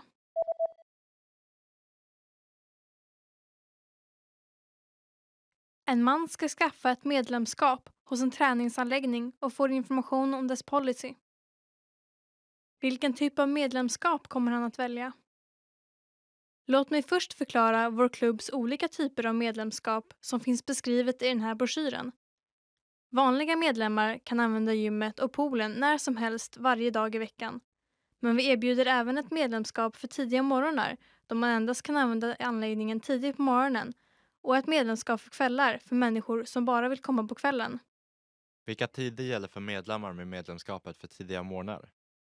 Medlemmar med medlemskap för tidiga morgnar kan använda anläggningen från 6 till 10 och medlemmar med medlemskap för kvällar kan använda den från 18 till 23. Okej, så medlemmar med medlemskap för tidiga morgnar kan komma förbi och använda anläggningen på väg till jobbet. Precis. Medlemskapet för tidiga morgnar är populärt bland människor med 9 till 5 jobb. Och vi erbjuder även medlemskap för bara gymmet eller bara för poolen ifall du bara vill använda en av dem. Jag vill använda både gymmet och poolen. Jag tror att jag kommer använda gymmet tidigt på morgonen innan jag åker till jobbet på vardagar och poolen på helger. Har ni ett medlemskap som endast gäller tidiga morgnar på vardagar men hela dagen på helgen? Jag är ledsen, men vi erbjuder inte ett sådant medlemskap, är jag rädd. Okej, jag tror inte att jag kommer upp så tidigt på helgen, så jag väljer den här typen av medlemskap. Did you get it right? I hope you learned something from this quiz. Let us know if you have any questions. See you next time.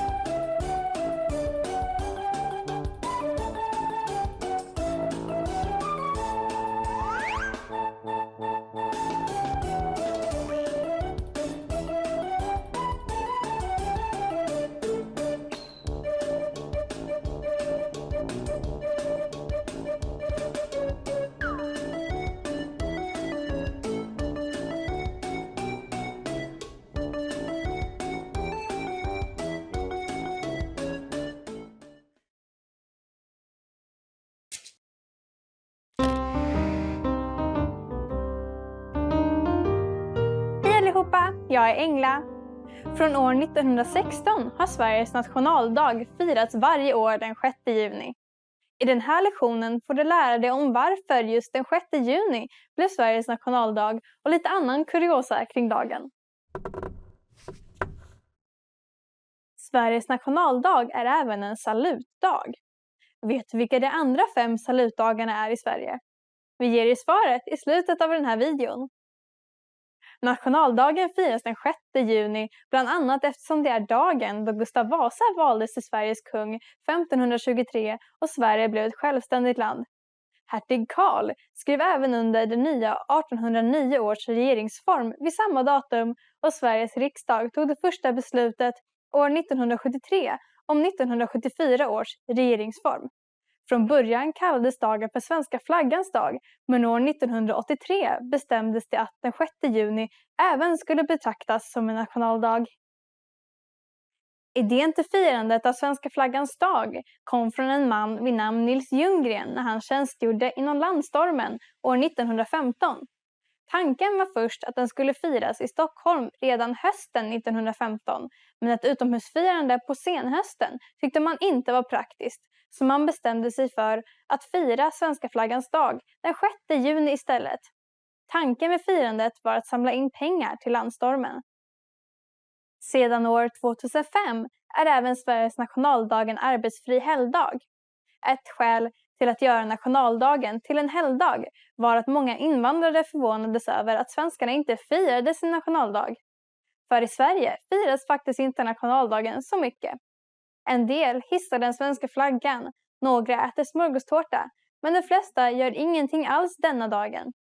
Det finns många som tycker att midsommarafton borde bli Sveriges nationaldag istället, eftersom den dagen har sedan länge firats och varit förknippad med Sverige.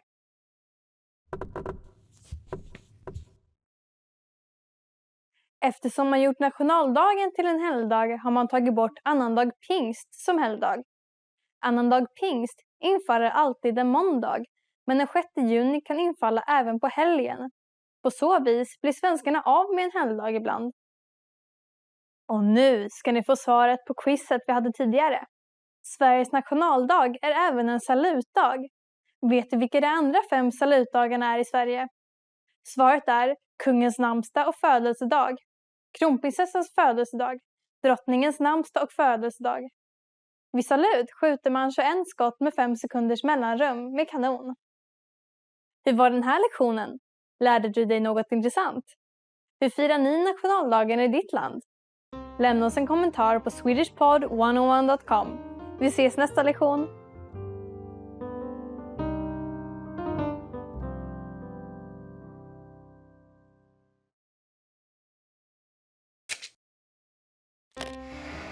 How are your Swedish listening skills? First, you'll see an image and hear a question. Next comes a short dialogue. Listen carefully and see if you can answer correctly. We'll show you the answer at the end. Are you ready? En man ringer en läkarmottagning. Vilken tid behöver han vara på läkarmottagningen? Hej, hur kan jag hjälpa till? Vilken tid stänger ni idag? Vi stänger klockan 6, så var snäll och kom innan 5:30. Okej, tack. Vilken tid behöver han vara på läkarmottagningen?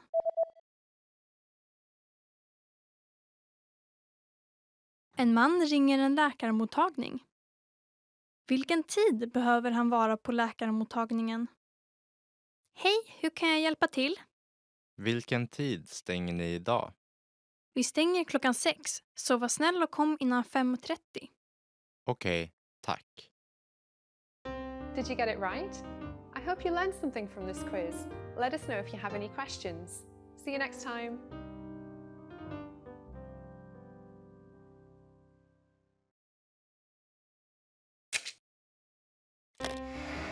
How are your Swedish listening skills? First, you'll see an image and hear a question. Next comes a short dialogue. Listen carefully and see if you can answer correctly. We'll show you the answer at the end. Are you ready? En man och en kvinna diskuterar skrivare på ett kontor. Var är den gamla skrivaren? Var ska vi ställa den nya skrivaren?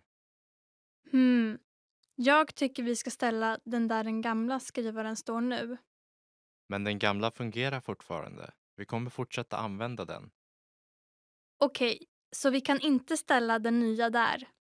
Det är synd. Det vore bra att ha den nya på hyllan bredvid dörren, men det finns bara plats för en skrivare där. Okej, då tycker jag vi ska ställa den på andra sidan av rummet. Okej, vad sägs om bredvid fönstret? Det låter bra. Var är den gamla skrivaren?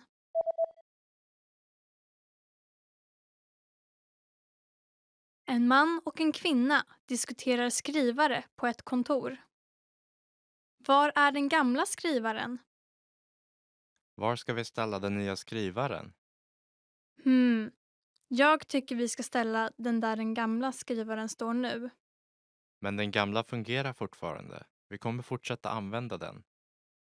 Okej, så vi kan inte ställa den nya där.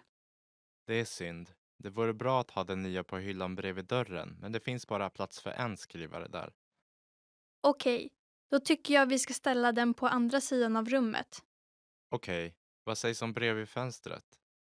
Det låter bra. Did you get it right? I hope you learned something from this quiz. Let us know if you have any questions. See you next time.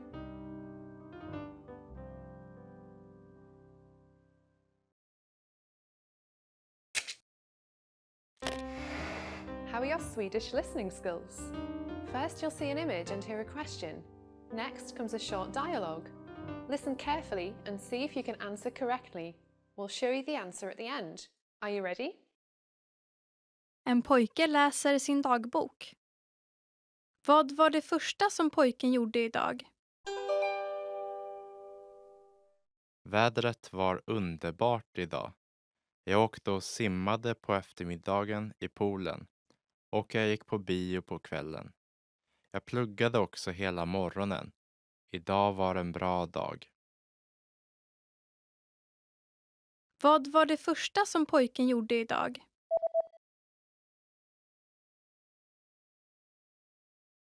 En pojke läser sin dagbok. Vad var det första som pojken gjorde idag? Vädret var underbart idag. Jag åkte och simmade på eftermiddagen i poolen och jag gick på bio på kvällen. Jag pluggade också hela morgonen. Idag var en bra dag. Did you get it right? I hope you learned something from this quiz. Let us know if you have any questions. See you next time.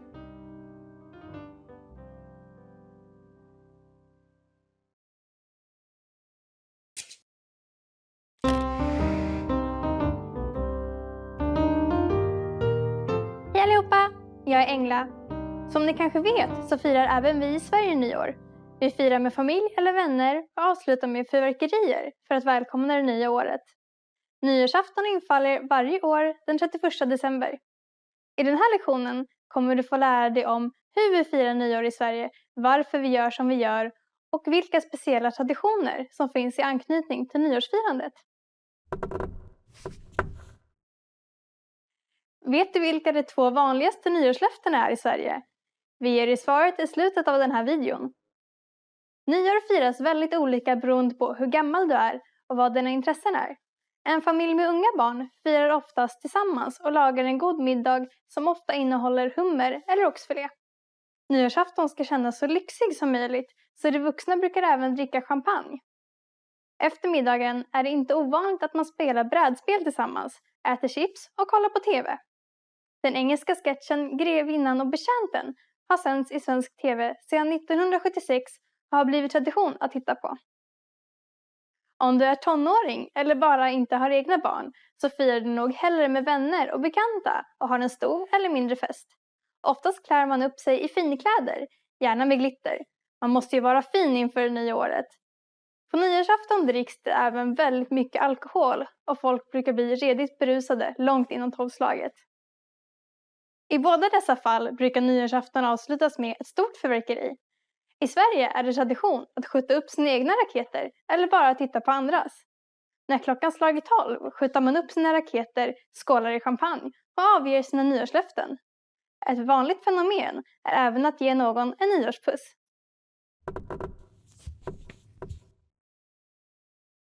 Som jag nämnde tidigare är det i Sverige tradition att titta på den engelska sketchen Grevinnan och betjänten på nyårsafton. Trots att den är från Storbritannien så har den aldrig visats i brittisk TV och är helt okänd där. Och nu ska ni få svaret på quizet vi hade tidigare. Vet du vilka de 2 vanligaste nyårslöftena är i Sverige? Svaret är att börja träna och att sluta röka. Det är vanligt att man efter nyår vill förändra sin livsstil till det bättre och bli hälsosammare och få bort de extra kilorna man lagt på sig under julen. Hur var den här lektionen? Lärde du dig något intressant? Hur firar du nyår i ditt land? Lämna oss en kommentar på swedishpod101.com. Vi ses nästa lektion!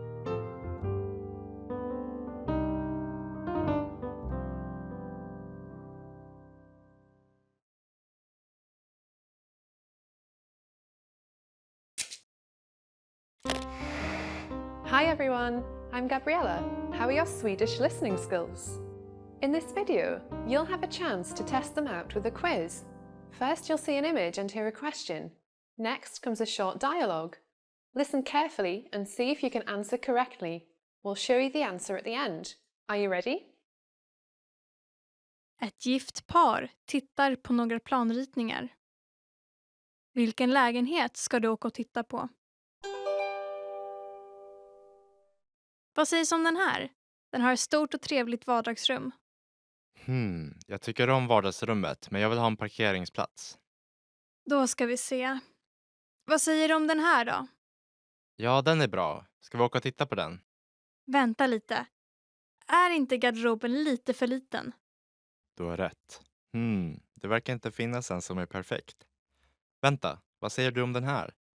Den har allt vi behöver, har den inte? Och garderoben är ganska stor också. Låt oss åka och titta på den. Okej. Vilken lägenhet ska du åka och titta på?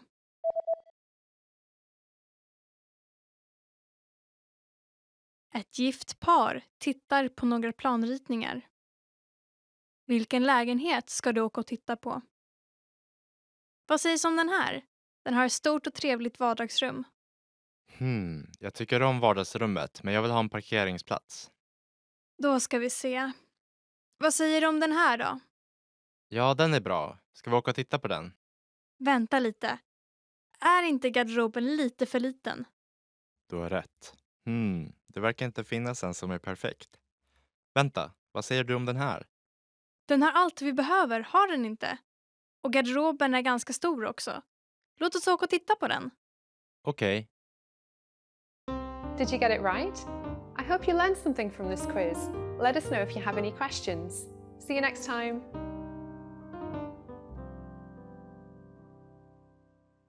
Hi everyone! Do you know how to say I love you in Swedish?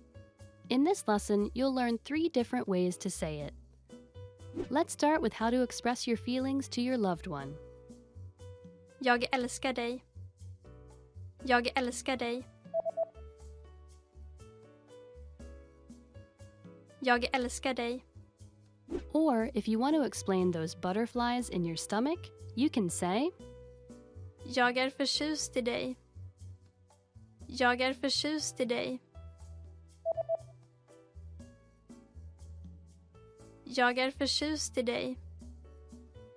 And when you feel that I love you is not enough, you can say Ord kan inte beskriva min kärlek till dig. Ord kan inte beskriva min kärlek till dig.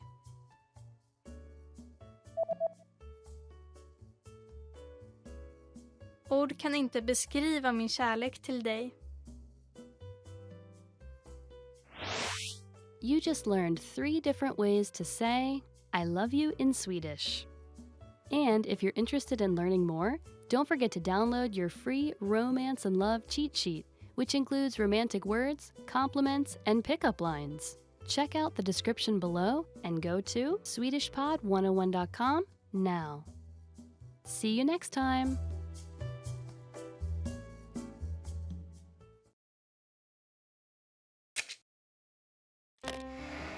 How are your Swedish listening skills? First, you'll see an image and hear a question. Next comes a short dialogue. Listen carefully and see if you can answer correctly. We'll show you the answer at the end. Are you ready? En man och en kvinna tittar i en meny på en restaurang. Vad ska mannen beställa?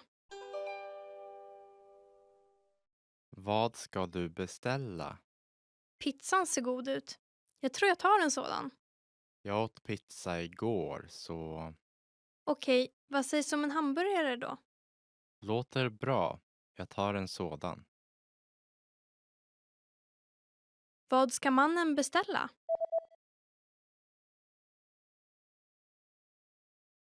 En man och en kvinna tittar i en meny på en restaurang. Vad ska mannen beställa? Vad ska du beställa? Pizzan ser god ut. Jag tror jag tar en sådan. Jag åt pizza igår, så Okej, vad sägs om en hamburgare då? låter bra. Jag tar en sådan.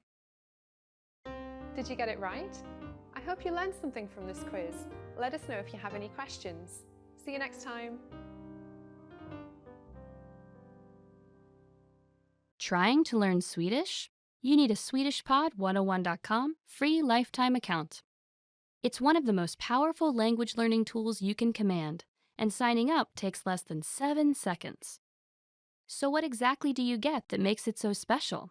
First, new lessons are published every week, and you get them for free. Enjoy learning with fun and effective audio and video lessons with real teachers. Make the most of your study time as our teachers help you hack Swedish and get you speaking in minutes. Second, free instant access to the first 3 lessons of every lesson series.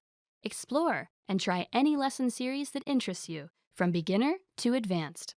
Find teachers you love and lessons for your goals. Third, learn Swedish anywhere, anytime with the free companion app.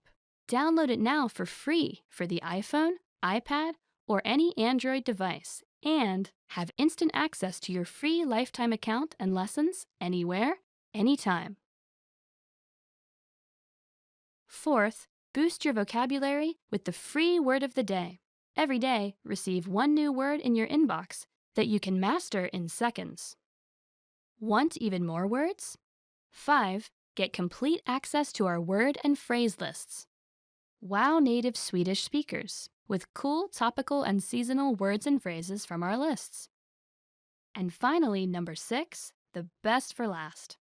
7 days of unlimited access to our entire library of audio and video lessons. Premium study tools like line-by-line audio, word bank, and smart flashcards to help you learn lightning fast. Get your free lifetime account right now at SwedishPod101.com. Sign up in less than 7 seconds. And the account is yours for free for life. So what are you waiting for? Get yours now.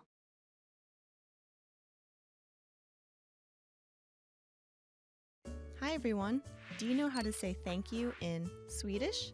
In this lesson, you'll learn 3 different ways to say it. Let's start with the easiest one. Tack.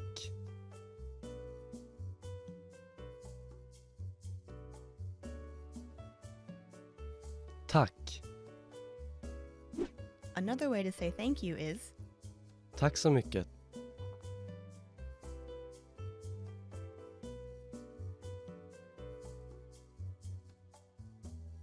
Tack så mycket.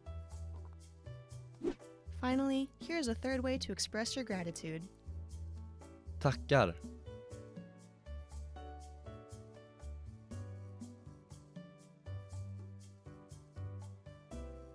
Tackar. Okay, let's wrap up this lesson by recapping what we've learned. Tack. Tack.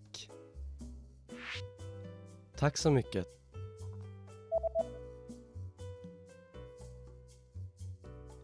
Tack så mycket. Tackar.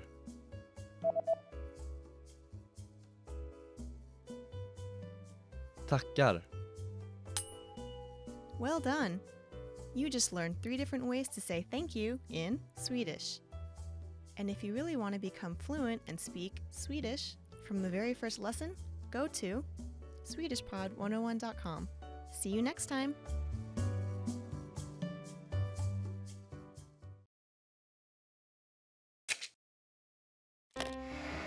How are your Swedish listening skills? First, you'll see an image and hear a question. Next comes a short dialogue. Listen carefully and see if you can answer correctly. We'll show you the answer at the end. Are you ready? En man ringer en läkarmottagning. Vilken tid behöver han vara på läkarmottagningen? Hej, hur kan jag hjälpa till? Vilken tid stänger ni idag? Vi stänger klockan 6, så var snäll och kom innan 5:30. Okej, tack. Vilken tid behöver han vara på läkarmottagningen?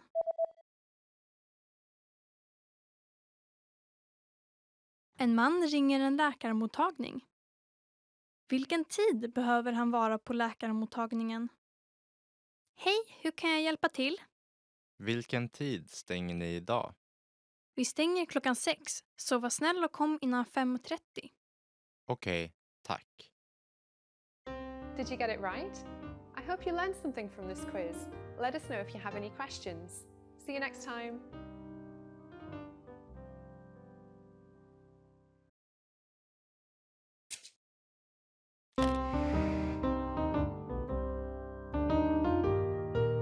Hej, jag heter Elin. Hi everybody, I'm Elin. Welcome to SwedishPod101.com's Svenska på 3 minuter. The fastest, easiest and most fun way to learn Swedish. In the last lesson, we learned the numbers from 1 to 10. Have you forgotten? Here I'll tell you again. 1, 2, 3, 4, 5, 6, 7, 8, 9, 10. And now let's continue from 11. 11. 11. 12, 12, 13, 13, 14, 14, 15,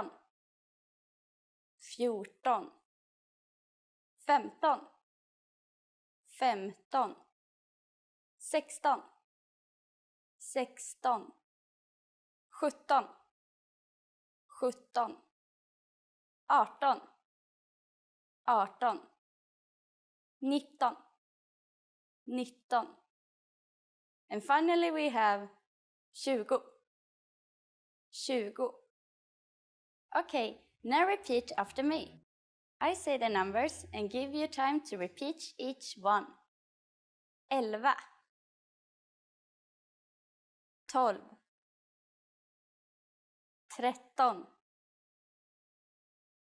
14, 15, 16, 17, 18, 19, 20. These numbers may seem harder to remember, but you really just have to remember that from 13 and up to 19, you just put ton at the end. The number in front is simply 3 to 9 or a slight variation of it. 11, 12, and 20 needs to be memorized since they don't follow any formula. Let's now stop at 20. Counting to 100 is super easy. Now I will give you the tens. 30, 30, 40, 40, 50, 50, 60, 60, 70, 70, 80, 80, 90, 90, 100, 100. While you have to memorize a few of these numbers, there are a couple of tricks that will make memorizing them very easy. Notice that all the numbers except 100 ends in T, and the number in front is simply 3 to 9 or a slight variation on it. For example, 30. 30. It's composed of 3 and T. 30.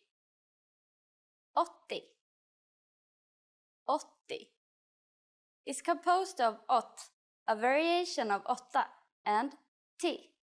80. As for 100, it sounds a lot like the English 100 and shouldn't be that hard to remember. The last thing to learn in this lesson is how to form compound numbers above 20. This is also super easy.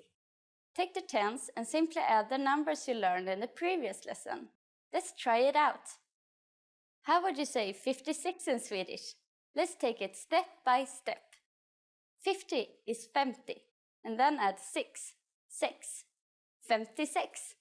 It's done! Isn't that easy? Let's make another number. For instance, 98. Take 90, 90, and add 8, 8. 98. Now it's time for Elin's insights. To count higher than 100 will be no problem at all. Just take the 100, 100, and add whatever compound number after that. For example, 135, 135, 135. After only 2 lessons, you are now able to count to 199 in Swedish. In the next lesson, we're going to put your number knowledge to use. Do you have all the skills you need to go shopping in Sweden? If not, I'll be waiting for you in our next Svenska på 3 minuter. Ses nästa gång!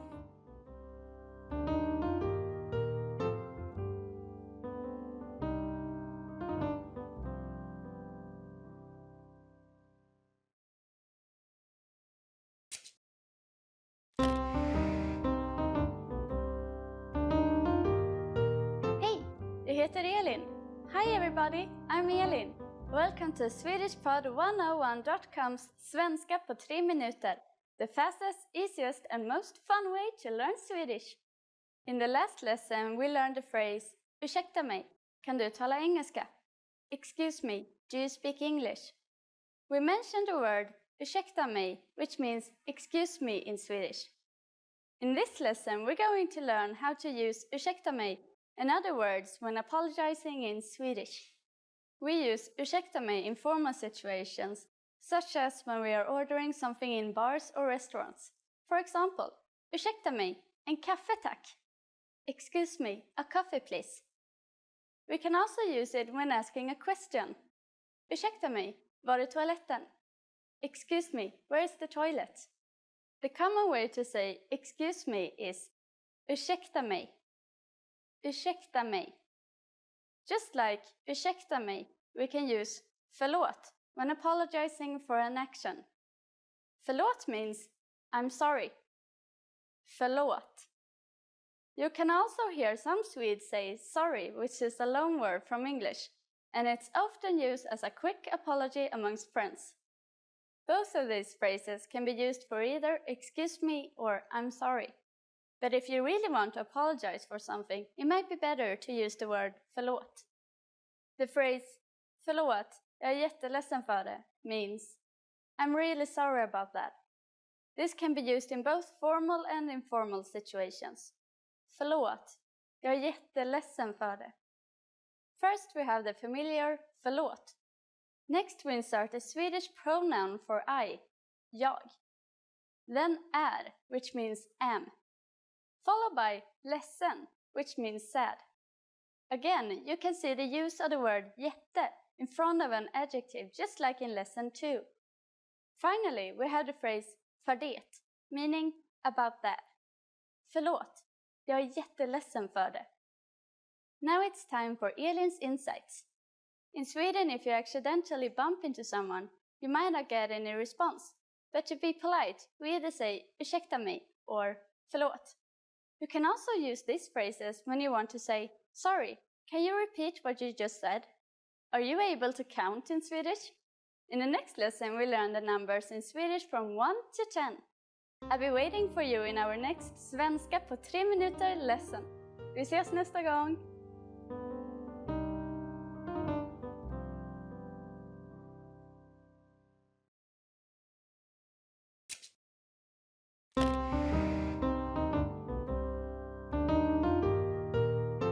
Hej, jag heter Elin.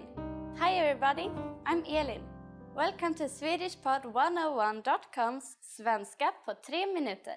The fastest, easiest and most fun way to learn Swedish. In the last lesson, we learned how to count in Swedish. I hope you spend some time practicing the numbers, because they will come in handy in this lesson. We're going to learn how to go shopping in Sweden. Before we go, you need to know how to say, how much is it? Hur mycket kostar det? Hur mycket kostar det? Are you ready to go shopping in Sweden? Let's go! When you see something you like and want to ask the shop clerk how much it costs, the first thing to say is ursäkta. Do you remember what that means? That's right, excuse me. Ursäkta, hur mycket kostar den? Ursäkta, hur mycket kostar den? Now in Swedish, if you're asking about the price of an object, you put either den or det at the end of the sentence, depending on the object you are asking about. There is no rule for when to use den or det. You just have to learn word by word. However, don't worry, Swedes will understand perfectly even if you use the wrong one. Ursäkta, hur mycket kostar det? Ursäkta, hur mycket kostar det? Except for den and det, there's one more pronoun you can use. When pointing at pairs or a bundle of something, you change the pronoun to dom. Ursäkta, hur mycket kostar de? Excuse me, how much do these cost? Ursäkta, hur mycket kostar de? At this point, the shop clerk can answer by saying den kostar, det kostar, or det kostar. For example, den kostar 55 kronor. Det kostar 55 kronor. Or det kostar 55 kronor. Note that the word dom turned into det when put in front of the object. What number is 55? I'm not telling you. Okay, it's 55. It cost 55 kronor. Now it's time for Elin's insights. The pronoun you will use most often is det, because not only is it used to ask prices of objects, but also services, like getting a haircut. So get used to asking, hur mycket kostar det? Hur mycket kostar det? At this point, can you count kronor in Swedish? We're going to learn how to do this and much more in our next Svenska på 3 minuter lesson. Ses nästa gång!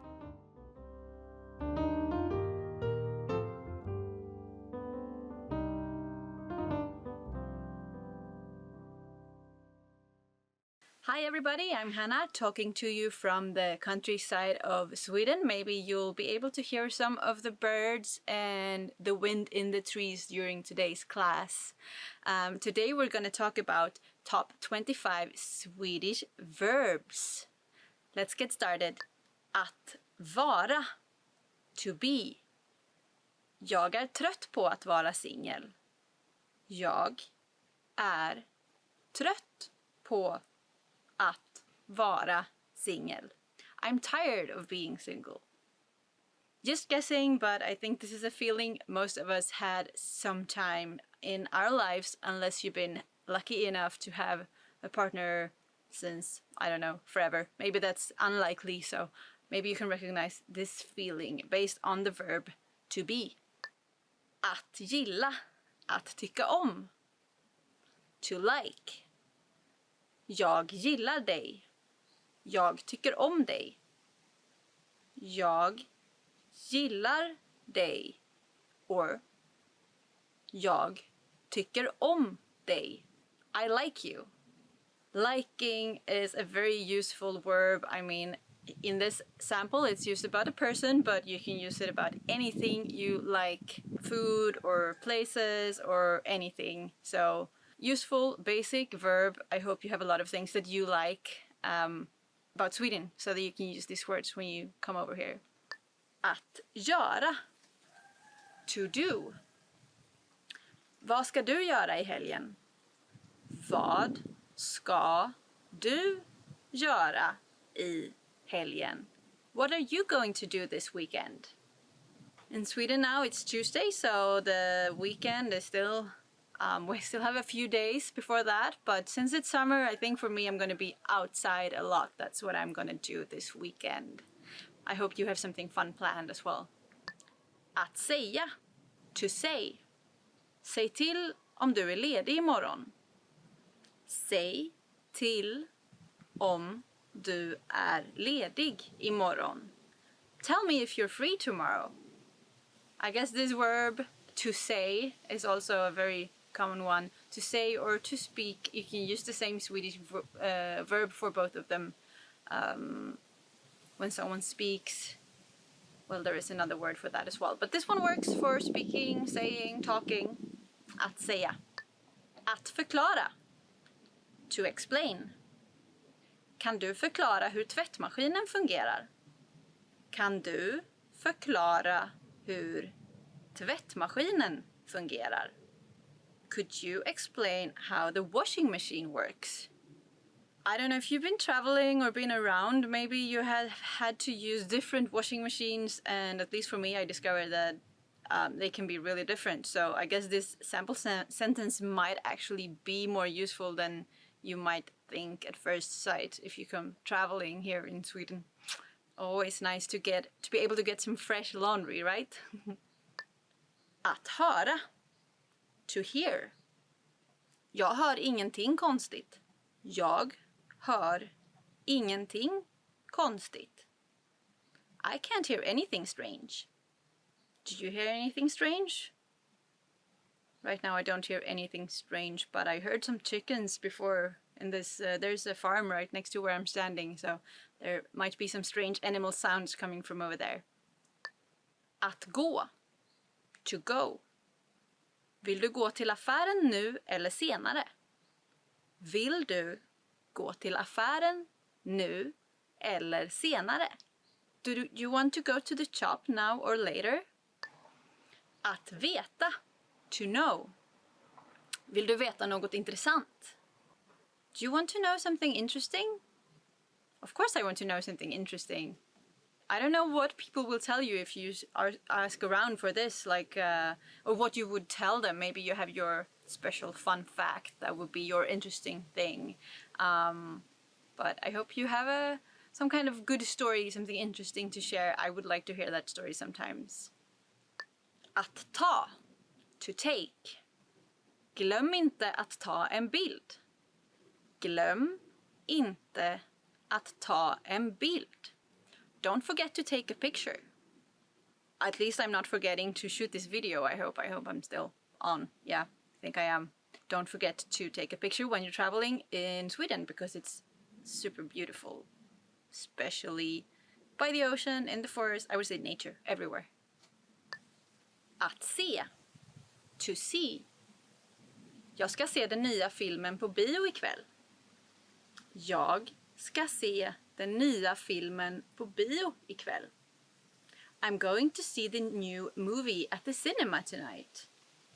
In summer, I don't go to the cinema that much because it's so nice outside. And I mean, in Sweden, we have daylight until very late at night in the summer. So I think for me, cinema is a winter activity, but can be super nice. So sometimes in the summer, I'm kind of looking forward to colder, darker days to go to the cinema, but not yet. Summer is still super nice over here. Att komma.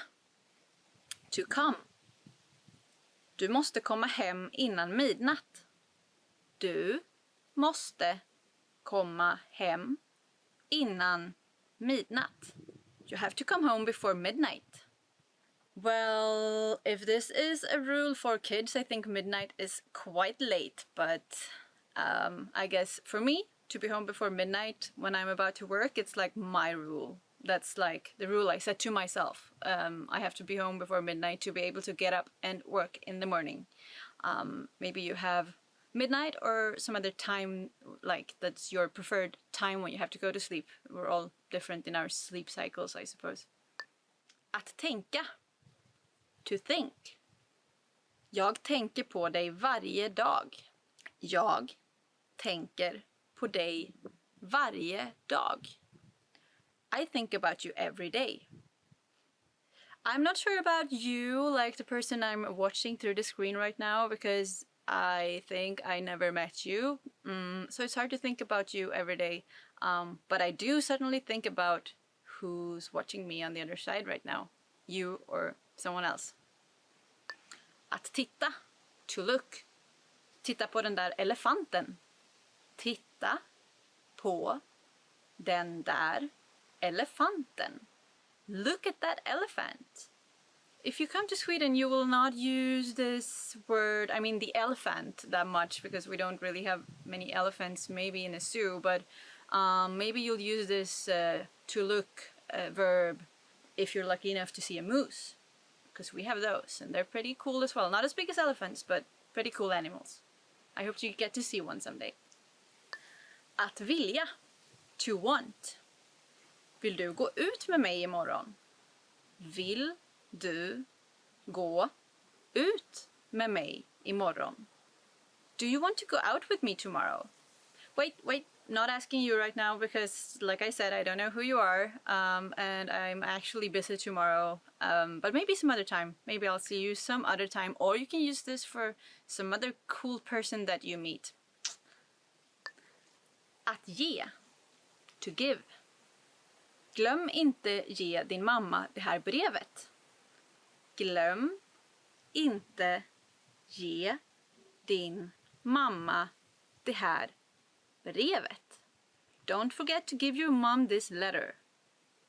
I don't know about you, but I do forget things sometimes. I guess it's one of the annoying things about being human, that you tend to forget things now and then, and it's really annoying. I hope you're better than me with not forgetting things. Att använda. To use. Vet du hur man använder DVD-spelaren? Vet du hur man använder DVD-spelaren? Do you know how to use the DVD player? I don't know about where you are, but in Sweden, DVD players are actually not that common anymore. So maybe you won't have to ask about how to use the DVD player, but how to use like a laptop or Netflix or something. But it's still a good verb. Att hitta. To find. Jag hittar inte mina nycklar. Jag hittar inte mina nycklar. I can't find my keys. I think we have all been in this situation sometimes. Like for me especially, it's right when I'm about to leave the house. I'm just gonna grab the last few things, put them in my bag and go. And that's when I can't find my keys. And of course they're usually in a very obvious place. I just have to run around and get really stressed and then I find them. But it's super annoying. So should probably find a better spot right by the door where I can always leave my keys. I'll try to do that after shooting this video. Att gå ut. To go out. Ska vi gå ut och äta på söndag? Ska vi gå ut och äta på söndag? Should we go out to eat on Sunday?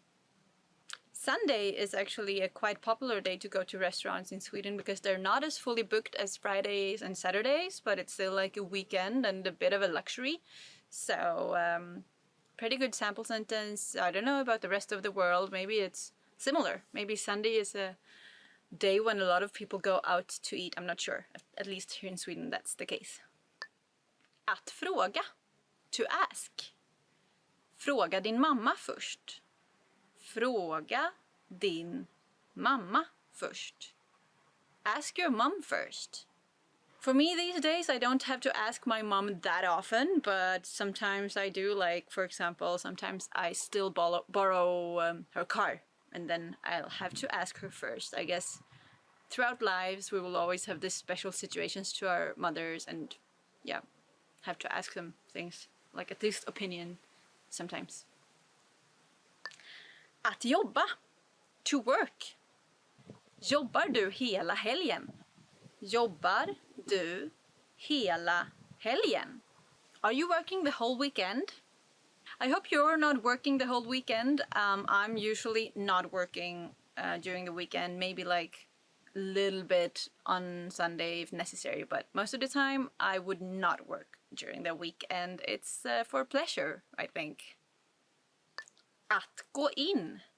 To enter. Kan vi gå in i den här affären snabbt? Kan vi gå in i den här affären snabbt? Could we enter this shop quickly? Do you usually enter a shop quickly when you say you're supposed to?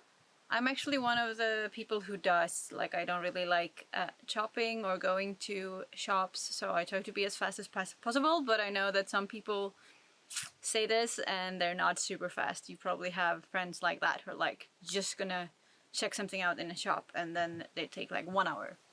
Maybe that's you, maybe it's someone you know. Att känna. To feel. Jag känner mig trött idag. Jag känner mig trött idag. I feel tired today. But I actually don't. I feel like I have a lot of energy being out here in the countryside. It's so beautiful, so I have a lot of energy. But some days I feel tired, you feel tired, I guess we all feel tired. Hope you're feeling very alert learning all the Swedish today though. Att lämna. To leave. Jag har lämnat min man. Jag har lämnat min man. I have left my husband. I haven't, but and I don't have one either. But maybe this is something you hear in movies a lot. I feel like I heard this in movies a lot. I don't know. But there are a lot of things you can leave, like your house or the train station or a cafe or whatever. Useful verb. Everywhere we go, we sooner or later have to leave, I guess. Att ringa. To call. Jag ringer upp dig snart. Jag ringer upp dig snart. I'll call you back soon. I heard that calling people is like less common these days because we do a lot of texting and writing. but to get like faster to a decision or something, I think it's always nicer to call and get a regular conversation instead of just writing back and forth. So att ringa, to call, useful. Att springa, to run. David springer snabbare än mig. David springer snabbare än mig. David runs faster than me. I was actually out running this morning in the beautiful surroundings here, but I don't know who David is. It's just a sample name in this case, but I didn't run super fast, so probably someone called David is a little bit faster than me. That, my friends, was the end of this lesson. Top 25 Swedish verbs. I hope you found some of them, all of them, most of them useful. Verbs are things we do, like active usually. And what are you doing today? What verb? Maybe you can use one of these Swedish verbs to talk about something you're up to today. Remember to like, comment, and subscribe to this video, and head over to SwedishPod101.com to learn more Swedish. I'll see you next time. Bye bye from Sweden.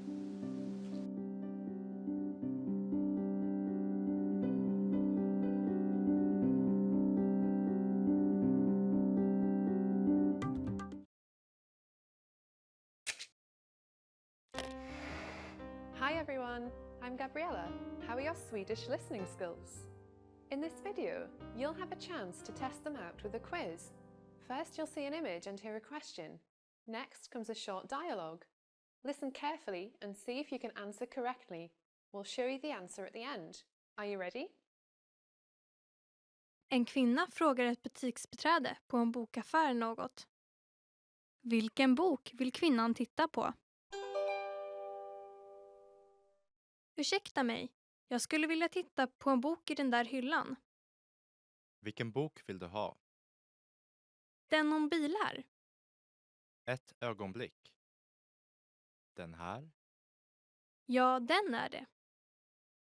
Varsågod. Vilken bok vill kvinnan titta på?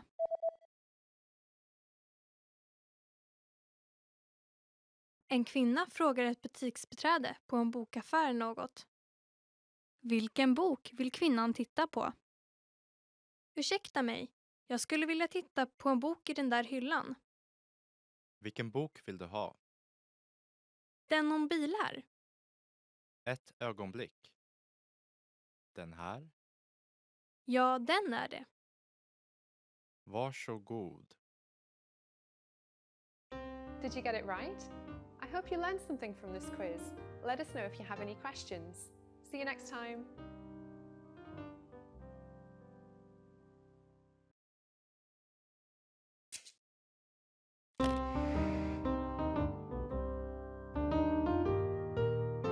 Welcome to SwedishPod101.com's Svenska på 3 minuter. The fastest, easiest and most fun way to learn Swedish. Hej, jag heter Elin. Trevligt att träffas. Hi, I'm Elin. Nice to meet you. In this series, we're going to learn basic Swedish expressions. It's super easy and it only takes 3 minutes. In this lesson, you're going to learn how to introduce yourself in Swedish. There are only 2 sentences you need.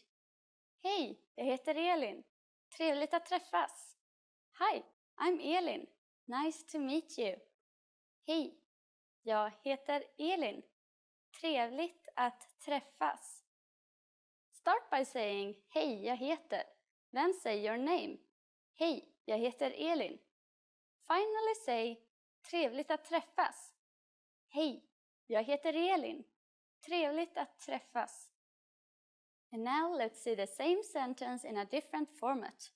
Hallå, Elin. Trevligt att träffas. Hello, Elin. Nice to meet you. Hallå, Elin. Trevligt att träffas. So, what has changed from the previous introduction? Let's take a close look at these together. Hey has been substituted with an alternative greeting, hallå, Swedish for hello. Jag heter Elin has been shortened to just Elin.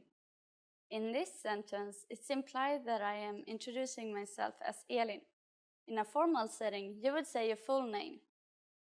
One more time. One way to introduce yourself in Swedish is Hej, jag heter Elin. Trevligt att träffas. An alternative way to introduce yourself is Hallå, Elin. Trevligt att träffas. Now it's time for Elin's insights. When you introduce yourself, it's a good habit to shake hands in Sweden. It's more common to use Hej, jag heter Elin.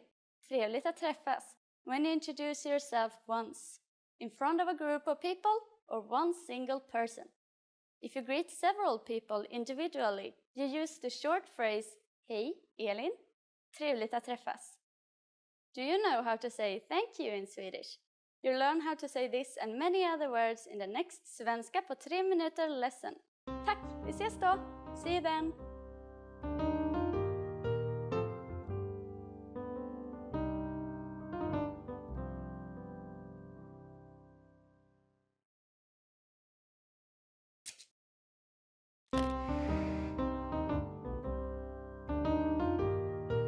Hej, jag heter Elin. Hi everybody, I'm Elin. Welcome to SwedishPod101.com's Svenska på 3 minuter, the fastest, easiest and most fun way to learn Swedish. In the last lesson, we learned the most common forms of greetings in Swedish. Do you remember them? In this lesson, we're going to learn a very useful phrase. Do you speak English? If you find yourself in a situation where you need assistance in English, this phrase can be a lifesaver. And because you're asking it in Swedish, you can be sure that everyone will understand what you're saying, even if their answer is no. Here's the most common way to say it. Talar du engelska? Talar du engelska? Swedish is a pretty straightforward language. We conjugate verbs based on time, which means we have past, present and infinitive. The question, talar du engelska, translates as, are you speaking English? As in English, speaking is the present tense, talar. The second word in the sentence, du, simply means you. And you probably recognize engelska to be English. Talar du engelska? Like in English, there are a whole bunch of ways to ask this question. Let's see another one. It literally means, do you know English? Kan du tala engelska? Kan du tala engelska? When asking this question to someone you don't know, begin by saying ursäkta mig or excuse me. Ursäkta mig, kan du tala engelska? Ursäkta mig, kan du tala engelska? As you might have noticed, the verb tala is slightly different than talar. Remember, the verb changes depending on the time it is in. We are now talking about the infinitive since it is coupled with kan, which means can. The responses you will receive could be one of these three. Ja, yes. Ja. Lite, a little. Lite. Nej, jag talar inte engelska. No, I don't speak English. Nej, jag talar inte engelska. Since this last one is a negative statement, we need to put inte after the verb talar. Inte means not. Jag talar inte engelska literally translates into I speak not English. Now it's time for Elin's insights. For those of you who are not just English speakers, you can obviously use this question with any language you need. Swedish people study other European languages at school, so maybe you will get lucky. Just substitute engelska with italienska for Italian, franska for French, spanska for Spanish, tyska for German. In this lesson, we mentioned the expression ursäkta mig. But did you know that this could also be used as an apology? In the next lesson, we will learn this and other ways to apologize in Swedish. I'll see you in our next Svenska på 3 minuter lesson. På återseende!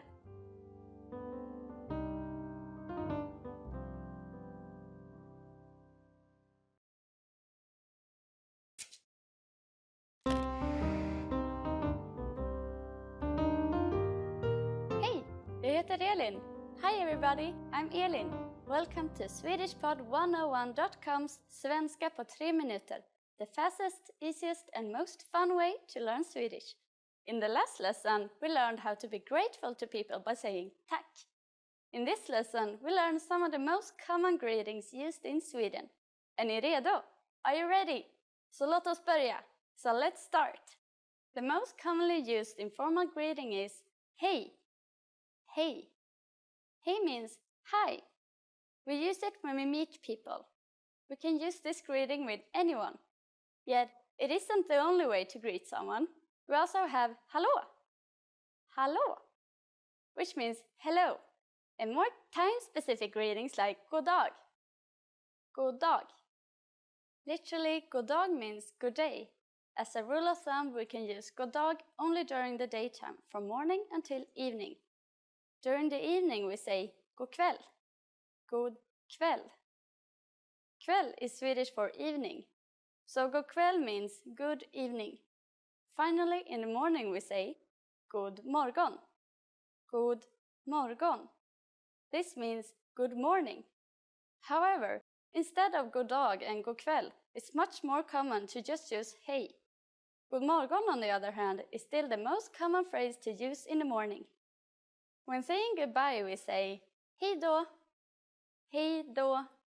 When parting for a long time, we often add ha det bra. Ha det bra, which means be well. Finally, in Swedish, we have an expression meaning see you soon that can be considered both formal and informal. Vi ses. Vi ses.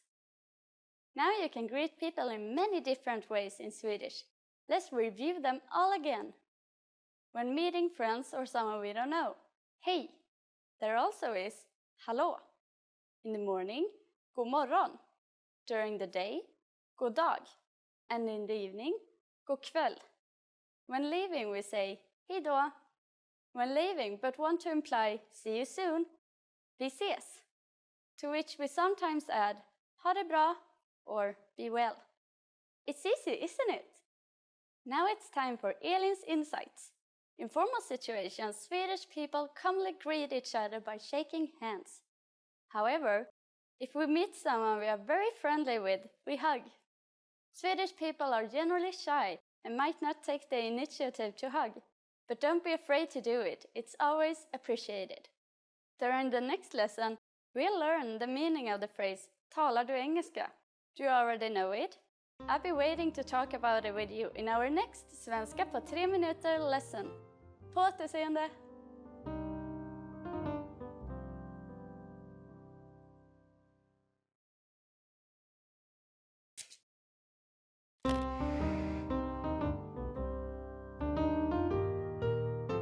Hej! Jag heter Elin. Hi everybody, I'm Elin. Welcome to SwedishPod101.com's Svenska på 3 minuter. The fastest, easiest and most fun way to learn Swedish. In the last lesson, we learned some words used when apologizing in Swedish, including ursäkta and förlåt. In this lesson, we're going to learn numbers in Swedish. Yes, numbers, nummer, from 1 to 10. And you are going to learn them in only 3 minutes. 3 minuter. Are you ready? Let's start. 1. 1. 2. 2. 3. 3. 4. 4. 5. 5. 6. 6. 7. 7. 8. 8. 9. 9. 10. 10. Okay, now repeat after me. I say the numbers and give you time to repeat each one. 1. 2. 3. 4. 5. 6. 7. 8. 9. 10. Great job! What is before 1? Do you know? It's 0, the number 0. 0. You don't have any more excuses. Now you can give your friends your cell phone number in Swedish. Let's try together. We use the phrase mitt nummer är, which means my number is. Mitt nummer är. Mitt nummer är 221358774. Can you read it by yourself?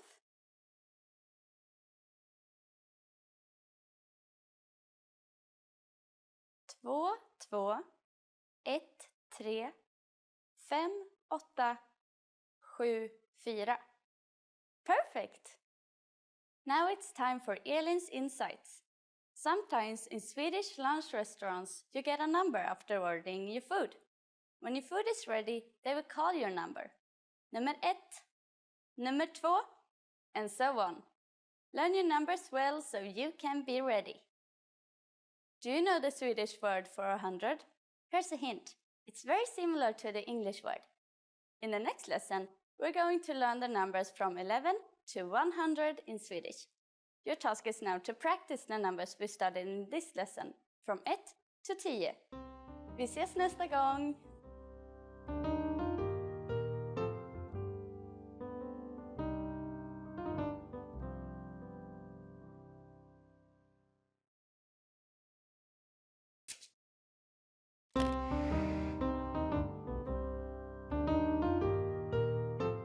Jag heter Elin.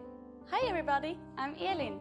Welcome to SwedishPod101.com's svenska på 3 minuter.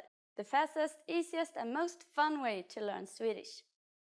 In the last lesson we learned how to introduce ourselves in Swedish. In this lesson we're going to learn how to use good manners as we thank people. Är ni redo? Are you ready? Så låt oss börja. So let's start. There are several ways to thank someone. So let's start with the easiest. It's just one word. Tack. Tack. Tack means thank you. When saying thank you very much, you just need to add så mycket at the end. Tack så mycket. Tack så mycket. Så mycket literally means so much. So tack så mycket, it's like saying thank you so much.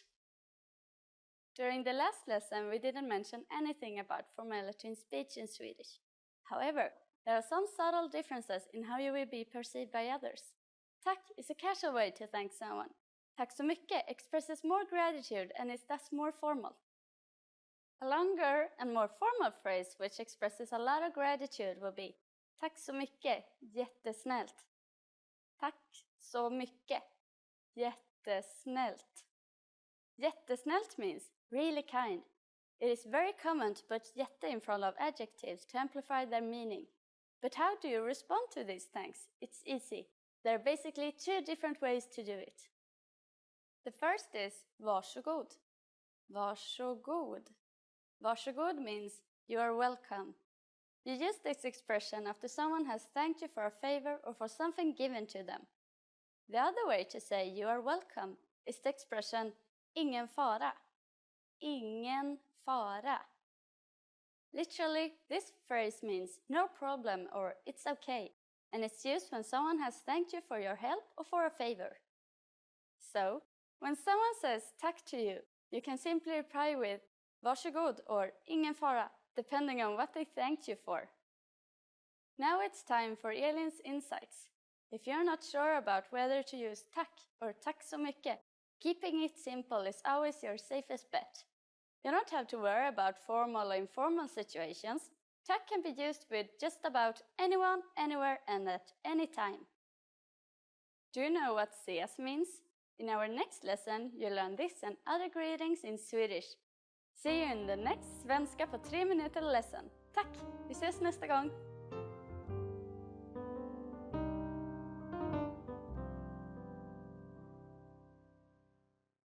Now that you're finished with this lesson, want to know if your Swedish skills have improved? Take our free assessment test to assess your language, discover your true learning level, and get free access to a language course for your specific level. an easy-to-follow course where you learn the real language, the everyday conversations that you'll soon have, and absorb these practical conversations just by listening along, with quick audio and video lessons from real teachers. So click the link in the description and sign up for a free lifetime account to get assessed.